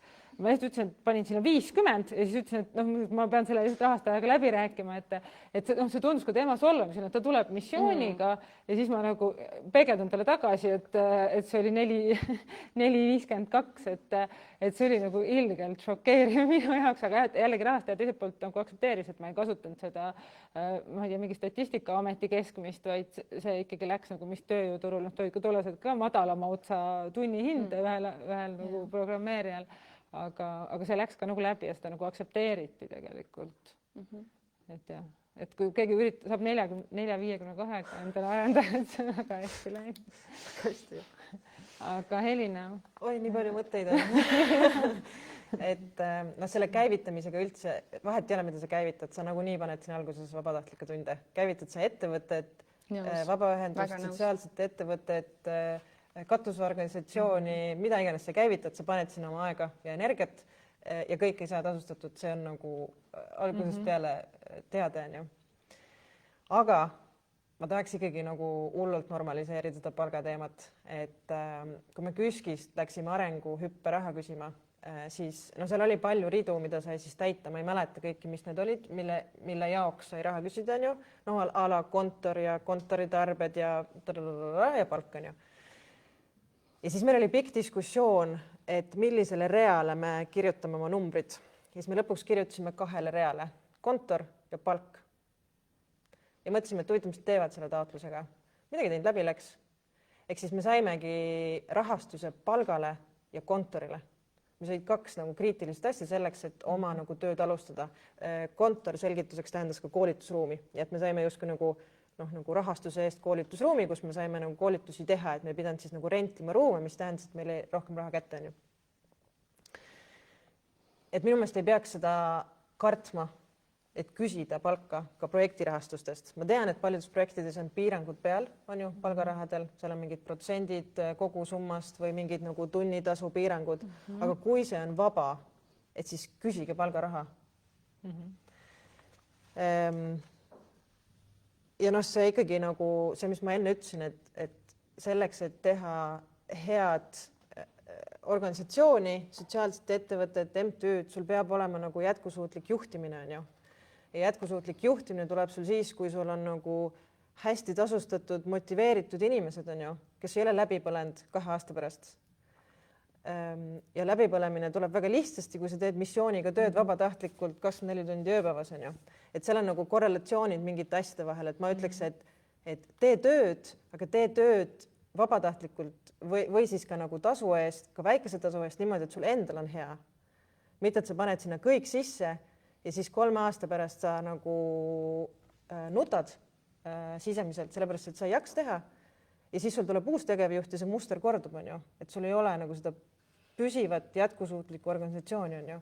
Et seal on nagu siuke ratas, et sellepärast peaks maksma inimestele mõistlikku palka. Ja tõsi, see mõistlikkuse tase on nagu erinev lähtuvalt ka organisatsiooni arengutas nagu astmest, on ju. Et muidugi me maksime endale alguses ka vähem, aga me maksime endale palka ja palga väljamaksmise kuupäev oli alati üks ja sama. Et viimasel kuupäeval tuli palk üle, on ju. Et ei ole niimoodi, et kas ma saan 5., 10., äkki saan 20. Ei, see oli nagu esimene asi, mis pangast maha läks nagu. Et seda ei tasu karta, ei tasu karta maksmist, ei tasu karta palga küsimist, vaid ajada selg sirgeks ja öelda, et, no, et see on see tasu. Aga no, arvestada nagu sektori mingisugust nagu võimekust on ju kokku, et sa ei saa minna ja küsida nagu 5000 eurot, aga võib-olla sa saad küsida nagu 2000 eurot, on ju. Et minu meelest see palgateema on siuke, et sellest nagu avalikult rääkida rohkem ja normaliseerida nagu maksmist ja küsimist. Tead, KÜSK isegi aktsepteerib seda, kui sul on ainult palk. Sellepärast, et asendusõpetajad, me alustasime nii, et oli ainult üks rida seal KÜSK-i taotluses ja see oli palk, tegevjuhi palk. That's it. Küsimust oli vist, jah. Pigem lihtsalt see täiesti hästi toetav selle osas, mis te just ütlesite, samamoodi see, et jah, et kui me tahame tegutseda pikaajaliselt, siis meil peavad inimestel olema palgad, mis ei ole eneseohverdused. Ja selline, noh, tõesti jah, samamoodi ka meil ei ole nii-öelda tagasi löödud seda, kui mingit palka on küsitud, samas on tarvis nagu midagi näidata kõrvale, et noh, millel see palganumber põhineb. Ja noh, eriti kui seda rahastab Eesti riik, siis on väga hea viidata näiteks riigiametnike palkade analüüsile. Et meie võtsime selle ette, seal on väga põhjalikult välja toodud, eks ole, et missugune roll projektijuht, keskastme juht, tippjuht ja et noh, et kui suurt meeskonda juhib või missugused vastutused on. Ja saab seal väga hästi välja võtta selle, et mis riik maksab ja no sellist asja nagu ma ei kujuta ette, et riik lükkab tagasi, et spetsialist teie valdkonnas peaks vähem saama kui meie valdkonnas. Et seda nagu ei karda. Ja üks asi, mis nagu Vatekiga küll siin nagu kui me nüüd kommunikatsioonijuhti näiteks palkasime, siis üritasin küll normaliseerimisena ette võtta see, et lisasime ka töökuulutusele sellise palgalae või palgaarvestuse. Ja noh, jällegi, et kuna minu põhimõte on olnud ikkagi, et vaatame seda, et mis turul maksab selline inimene, kui palju ta palka saab, siis noh, selle võtsime nagu selliseks eelduseks. Ja selle peale muidugi tuli täitsa küsimusi, et kuidas te saate, kuidas no, lihtsalt nagu esimene asi on see, et meie inimesed vajavad palka, sest see on see, kuidas meie tegevus käib.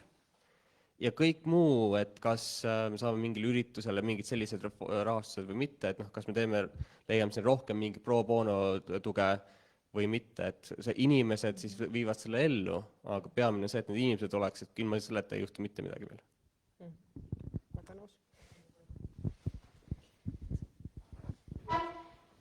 Tere, mina olen Monika, töötan selles kohas nagu Eesti Folkloori Nõukogu ja me oleme ka selline, kui me seda kuskil defineerides, kes me oleme tegelikult, oleme Kultuuriministeeriumi partnerorganisatsioon ja rahvakultuuri valdkonnas ja meie eesmärk on siis seista folkloorielu hea käekäigu eest üle Eesti. Nii et me olemegi see kombo on ühest otsast kultuuriorganisatsioon, teisest otsast peaksime väga tugevalt olema huvikaitseorganisatsioon ja siis pakkuma veel midagi veel lisaks aktiivselt kultuuriellu, on ju. Et selles mõttes, et neid ülesandeid on hästi palju ja eks me kogu aeg siis võitleme ka, et mis me siis nagu tegelikult oleme ja mis see kõige olulisem on. Me teame, mis on kõige olulisem, aga päeva lõpuks on sul ikkagi loetud tundide arv ja mis siis saab, on ju. Ja teine asi, ma õpetan Tallinna Ülikoolis projektijuhtimist. Ja siis üks asi, mida ma kogu aeg oma üliõpilastele rõhutan ka, on see, et töötasudest rääkimine peab saama normaalsuseks. Et miks me kogu aeg, me ei julge neist asjadest rääkida ja mina nagu just põhimõtte pärast kõiki meie partnerorganisatsioone olen kutsunud ka mingisuguse kohvi hommikul, oleme arutanud erinevaid teemasid ja palju meil siis tegelikult valdkonnas töötasud on. Et mis me siis, kui me kõik teeme ühiselt seda taotlust, kõik, kes me need partnerorganisatsioonid oleme, et mis see number on, mis me sisse kirjutame. Kirjutame ühiselt sellise numbri ja nii ongi. Ja siis samas see paralleel on ju, et ma olen tõesti nõus, ma peaksin võtma, ma olen võtnud siis nii-öelda, et ma keeldun maksmast oma töötajatele tasu, mis on väiksem kui riiklik kultuuritöötaja miinimum, mis siis hetkel on 1400 bruto. Ma vaatan hirmuga seda järgmise aasta summat 1600 bruto, mis oleks ülimalt normaalne maksta, on ju. Ja tegelikult mul on tööl inimesed, kes on kõik valdkondlikud spetsialistid. Me oleme 3 ja ma iga aasta vaatan seda eelarvet, ütlen, no jaa, palju õnne meile kõigile, on ju. Ja mul on endal nii tohutult piinlik kogu aeg mõelda, et mul on sellised spetsialistid ja ma ei saa neile maksta seda tasu, mida nad tegelikult väärt on. Ja selles mõttes, et ja kui üleüldse vaadata seda kultuurivaldkonna rahastust, on ju, see on üldse nagu hästi keeruline, sest üks asi, milleks kunagi projektiks, kui see raha taotled, milleks sa kunagi raha ei saa, on projektijuhi töötasu. Selleks ei saa mitte kunagi raha. Ja sa saad seda nagu vormida nii, et see on ka sellise nagu osanisti kunstilise poole eest ka vastutav, siis on nagu lootus selleks raha saada, aga muidu üldse mitte. Ja eks üliõpilastele ma räägin seda kurbadede ka, et esimene asi on alati projekte tehes, et sa maksad ju tegelikult oma töötajatele ja nagu koostööpartneritele enne ära ja siis sa tegelikult ju vaatad, mis sealt järgi jääb, mis on nagu äärmiselt kurb nähtus meil valdkonnas. Ja siis tegelikult kogu aeg niimoodi seda eelarvet hästi pingeliselt jälgides ja kogu aeg jõudeski selleni, et ainus, mis sa saad oma nagu toetustest maksta, on töötasud ja hea, kui saad selle kõik ära maksta, on ju. Siis sa kogu aeg tunnedki, et me kirjutame haiglaselt palju projekte, et 3 inimest meil eelmise aasta lõpuga me saime 88 projektile rahastust. Et see on ülimalt haige kogus, mis me aastas kirjutame, on ju, ja siis sa mõtled ka, et aga äkki see, mis ma teen, ei olegi oluline, aga vajalik. Et sa ise tunned ka, et aga mis mõte üldse minu elul ja tööl on, tekivad tohutult suured eksistentsiaalsed kriisid, on ju. Ja siis paratamatult tuleb see riiklik paralleel, et kui me jõudsime nüüd sinna, et Kultuuriministeerium toetab rahvakultuuri valdkonnas siis laulu-tantsupeo protsessis osalejaid, siis võrdlus, jätan need numbrid lihtsalt siia õhku, kutsetase 6, kõige madalam siis koorijuht või rahvatantsuõpetaja, miinimumtasu 45 minuti eest on 15.50 bruto. Olin kriisiabikomisjonis, toetades siis rahvakultuuri valdkonna juhendajaid, kõige madalam töötasu, mis ma nägin Saaremaal, 3.50 bruto 60 minuti eest.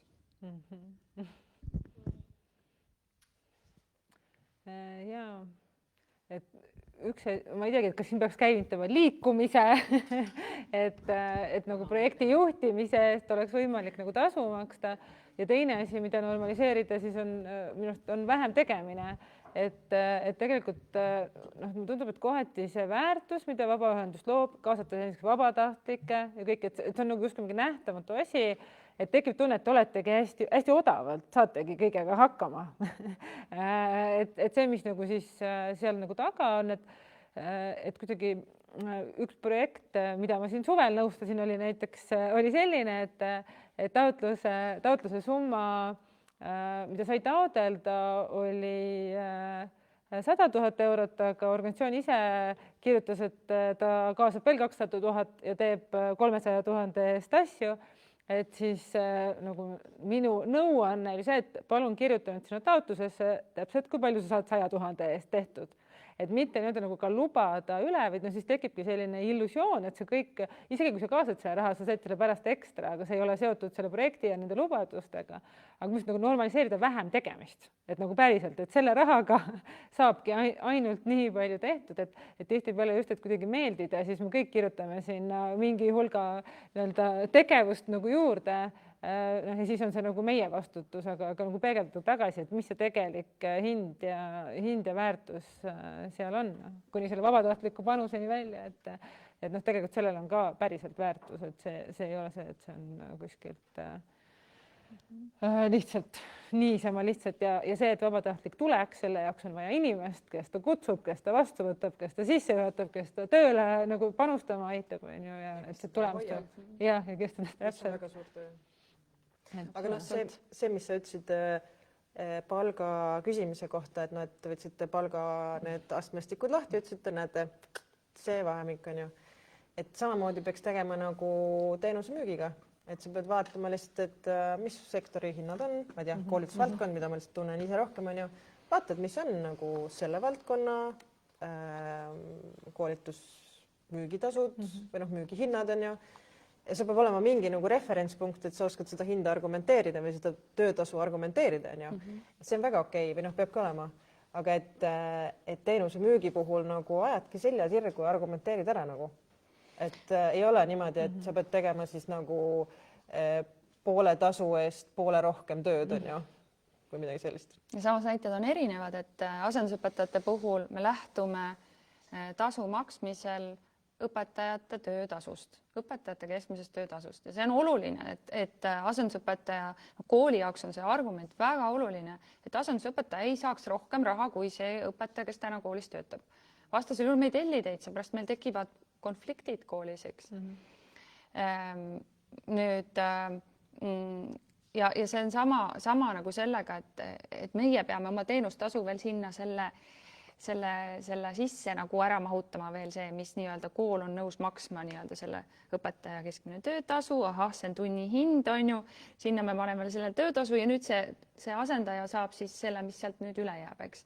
Aga kui ma võtaks ärisektori see kõrvale, kui sa mõtled selliseid nagu mingite tippspetsialistide näiteks, no okei, vahendamist kuskile tööle ajutiselt, need tasud on lihtsalt nagu nii erinevad, et nagu jällegi me ei saa seal nagu väga hästi benchmarkida täna veel, on ju.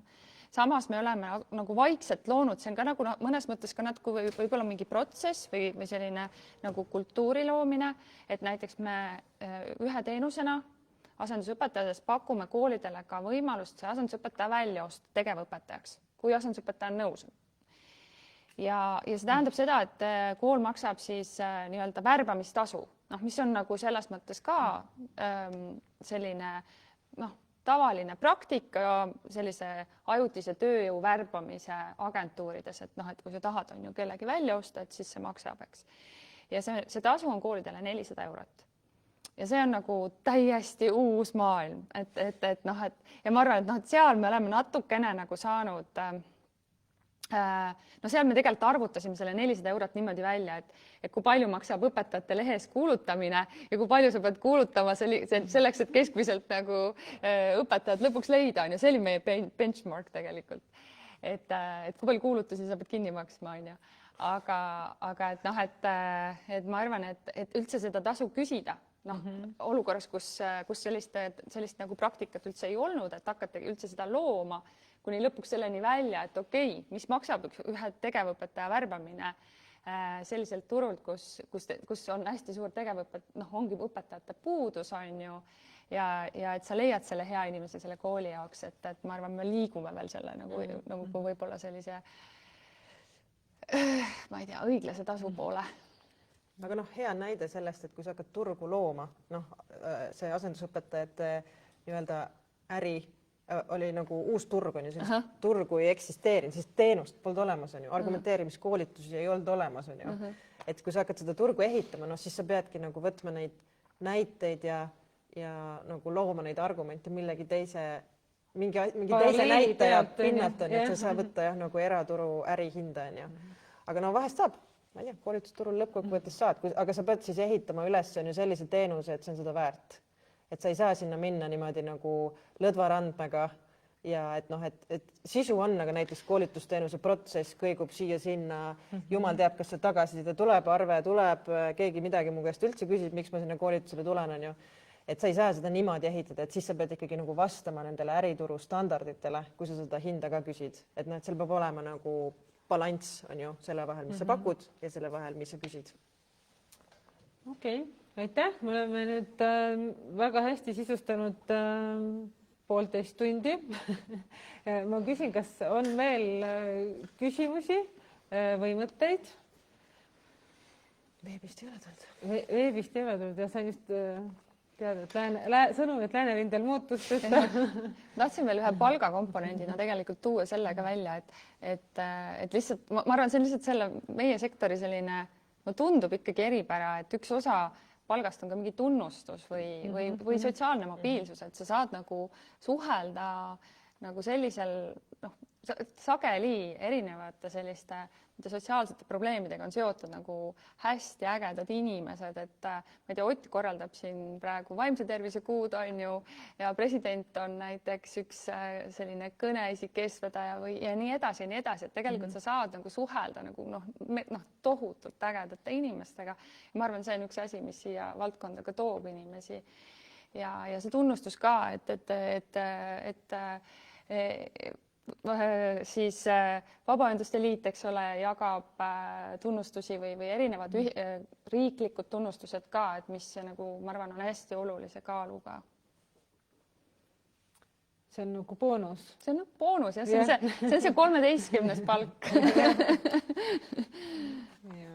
Sul oli küsimus?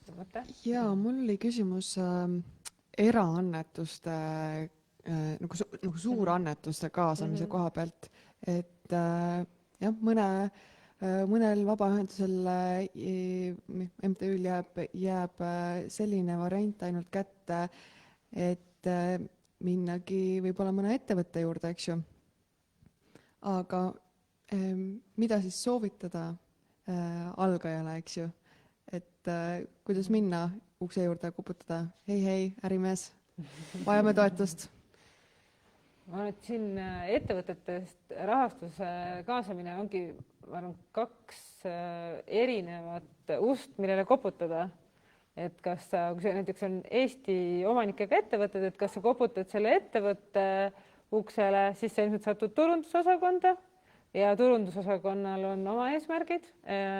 Nad tahavad nähtavust, nad tahavad ennast siduda mingite teemadega, nad tahavad kodulehel välja öelda, et meie seisame näiteks laste vaimse tervise eest või ma ei tea, digioskuste eest või millegi eest, et see peab olema selline hästi nagu nähtav ja lihtsasti kommunikeeritav.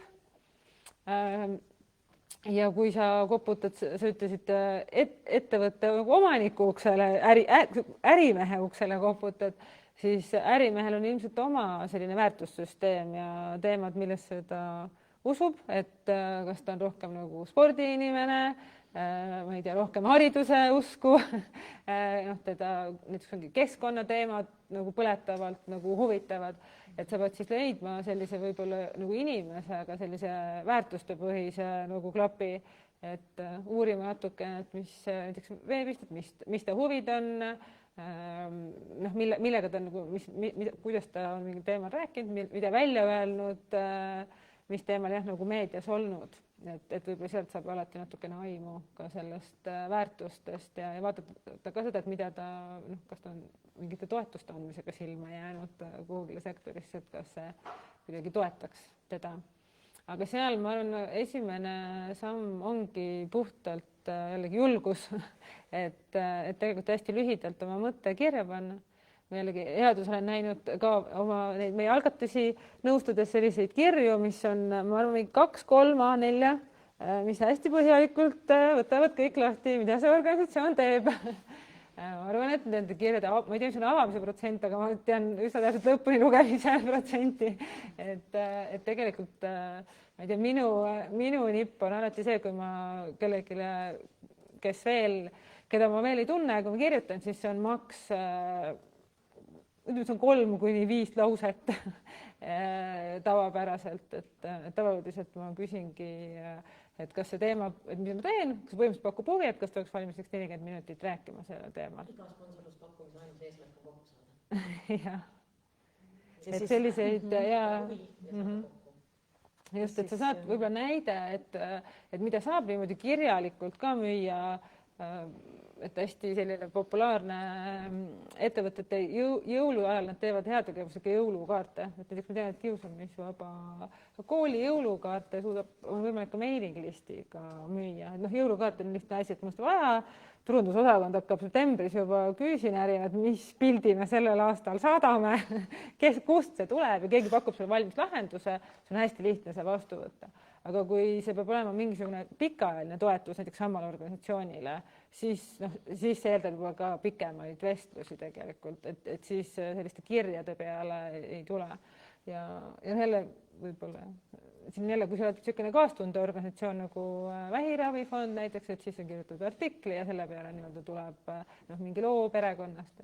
Aga jah, ärimeestega soovitan lühidalt tutvustada ja kui on personaliosakonna juurde minek, siis kodulehelt vaadata, et mida nad toetanud on ja kas neil on toetusvorm? Tegelikult päris paljudel on juba ka tekkinud mingisugused vormid. Ma pole näinud. On. Aga võib-olla ma hiiliks vormist võimalusel mööda. Aga samas on jälle hea sisse intro.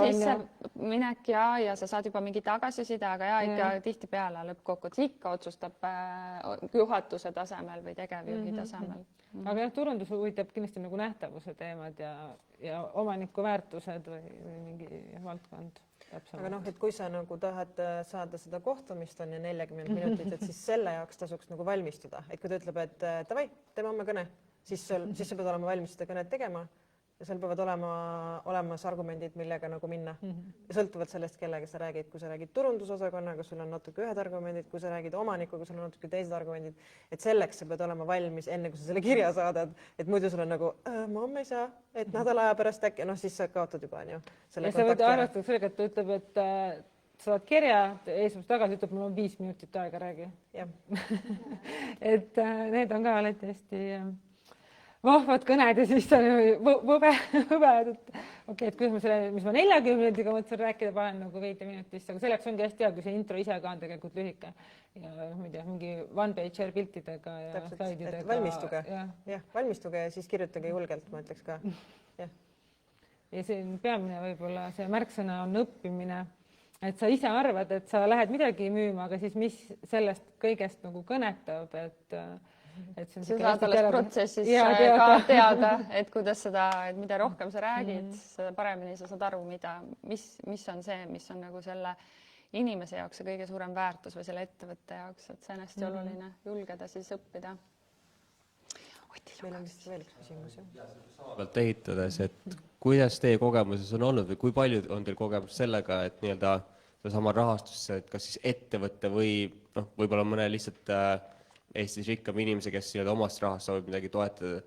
Et kui palju on sellist, et ma finantseerin sellepärast, et see, mis te teete, on minu jaoks oluline ja väärtuslik või meie organisatsiooni jaoks oluline ja väärtuslik versus see, et meie organisatsioon tahab seda publicity't, nad tahavad seda seotust näidata, et nad toetavad teid.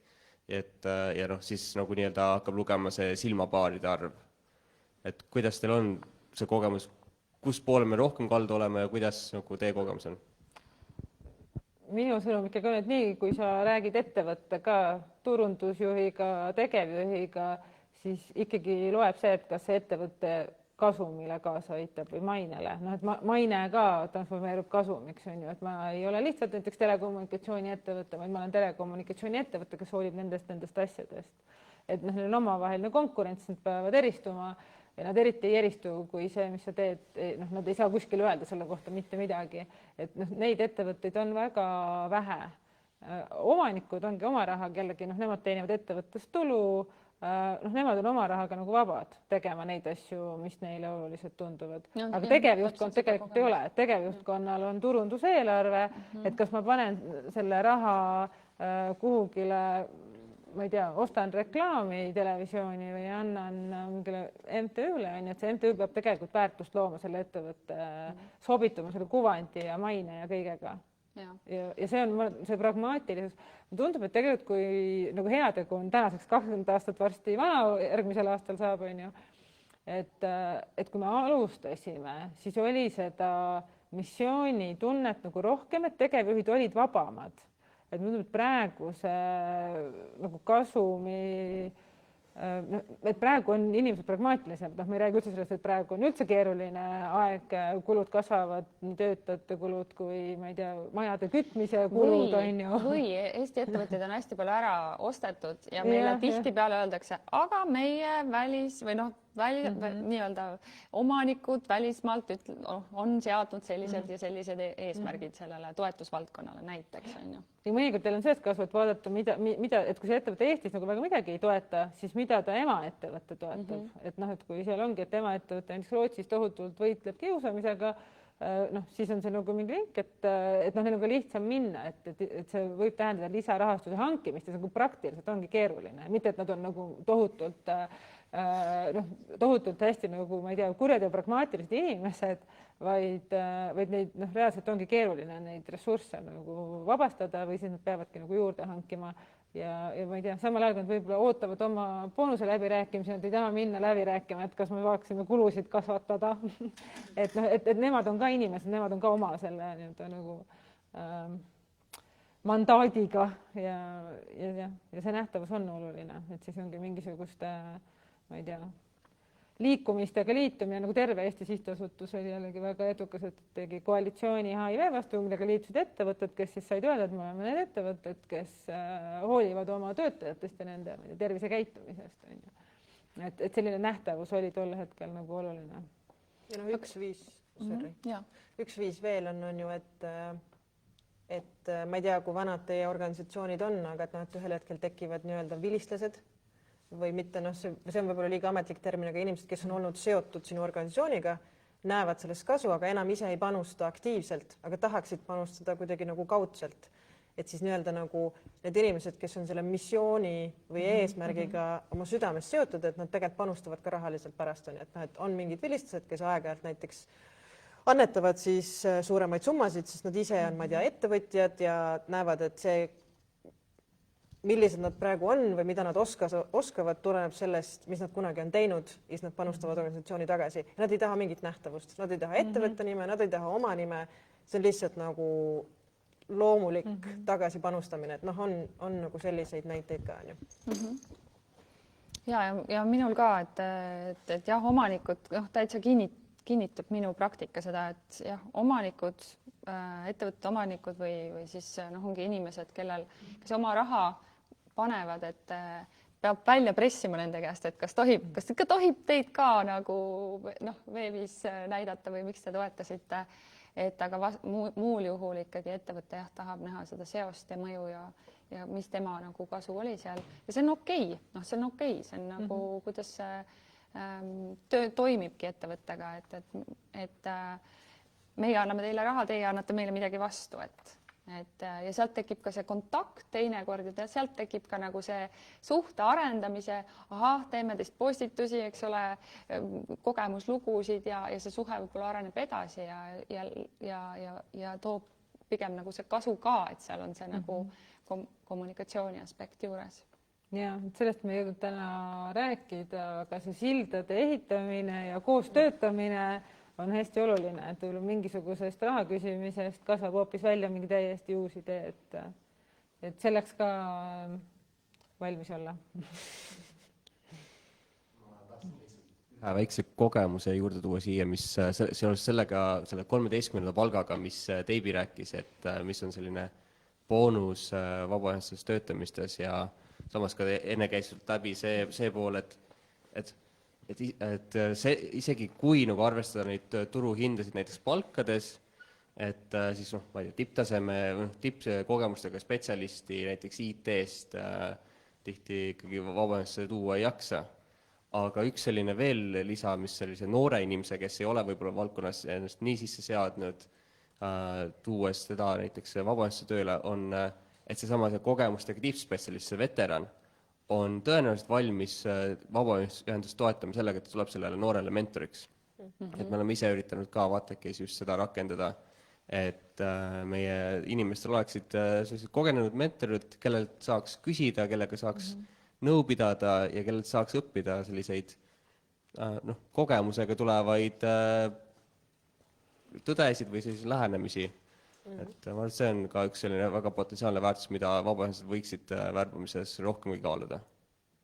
nõus. ja noh, seal on nagu anneta aega on see põhimõte on ju, et või noh, küsi seda inimese aega, ära küsi raha, küsi aega, küsi ta teadmisi ja vahest see tund aega vestlust on kasulikum kui see 1000 eurot on ju.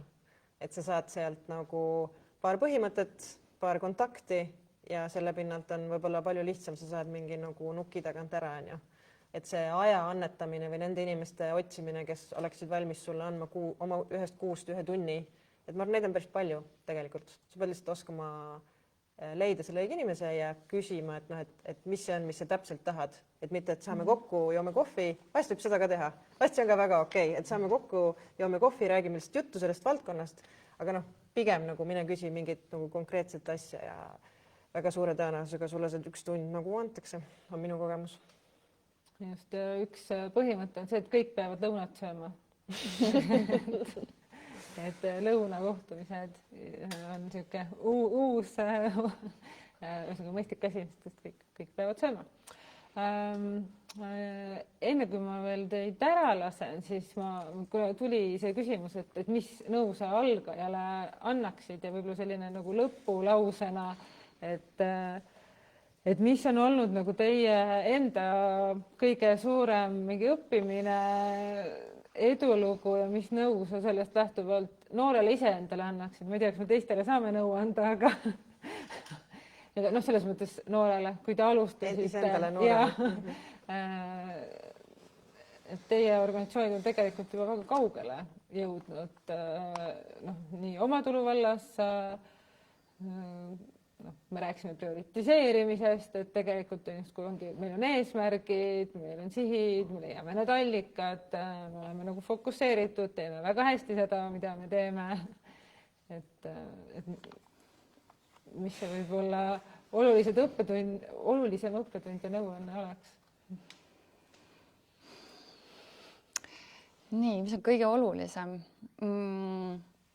Ma vaatan praegu korra tagasi tulevikutegijaid 8 aastat tagasi mina, ja hästi suure usuga, et ma leian siia selle omatulumudeli ja 8 aasta pärast, kus ma olen alguses, siis no see ei ole edulugu võib-olla jah, eks on ju, sa tahtsid edulugu on ju.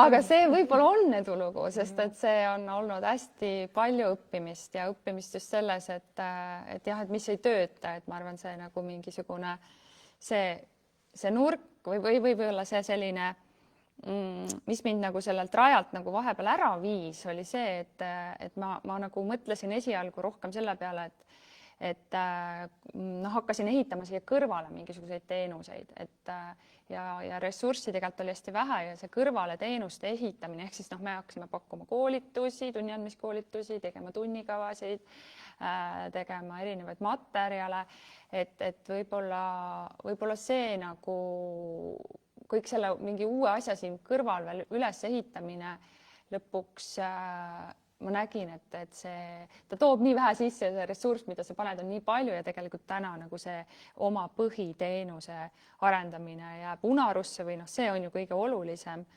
Et võib-olla ma ütleks nagu seda, et otsi seda nagu rahastusmudelit hästi selle selle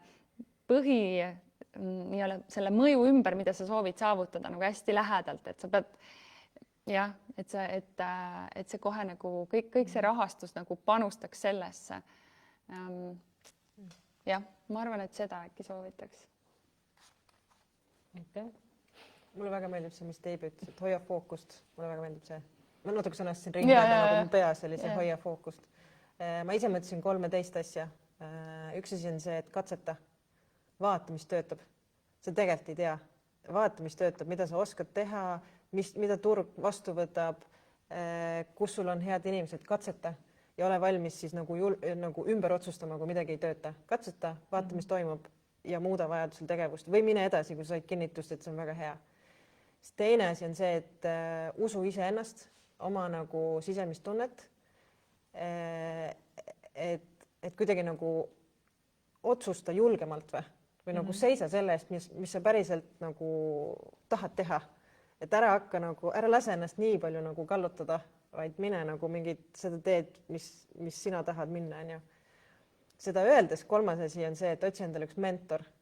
Et mind on väga aidanud inimesed, kes on seda teed enne käinud või on lihtsalt natuke suurema nagu töökogemuse panusega. Et sa saad sealt nagu õppida asju niimoodi, et sa ei pea kõike ise valusalt läbi tegema.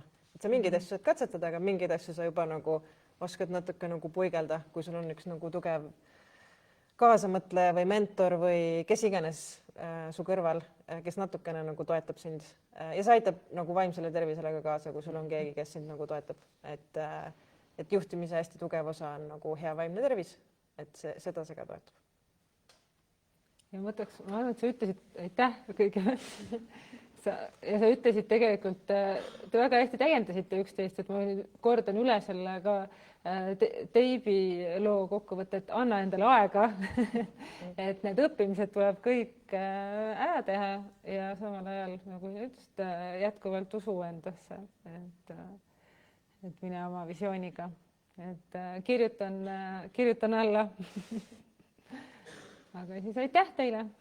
Aitäh.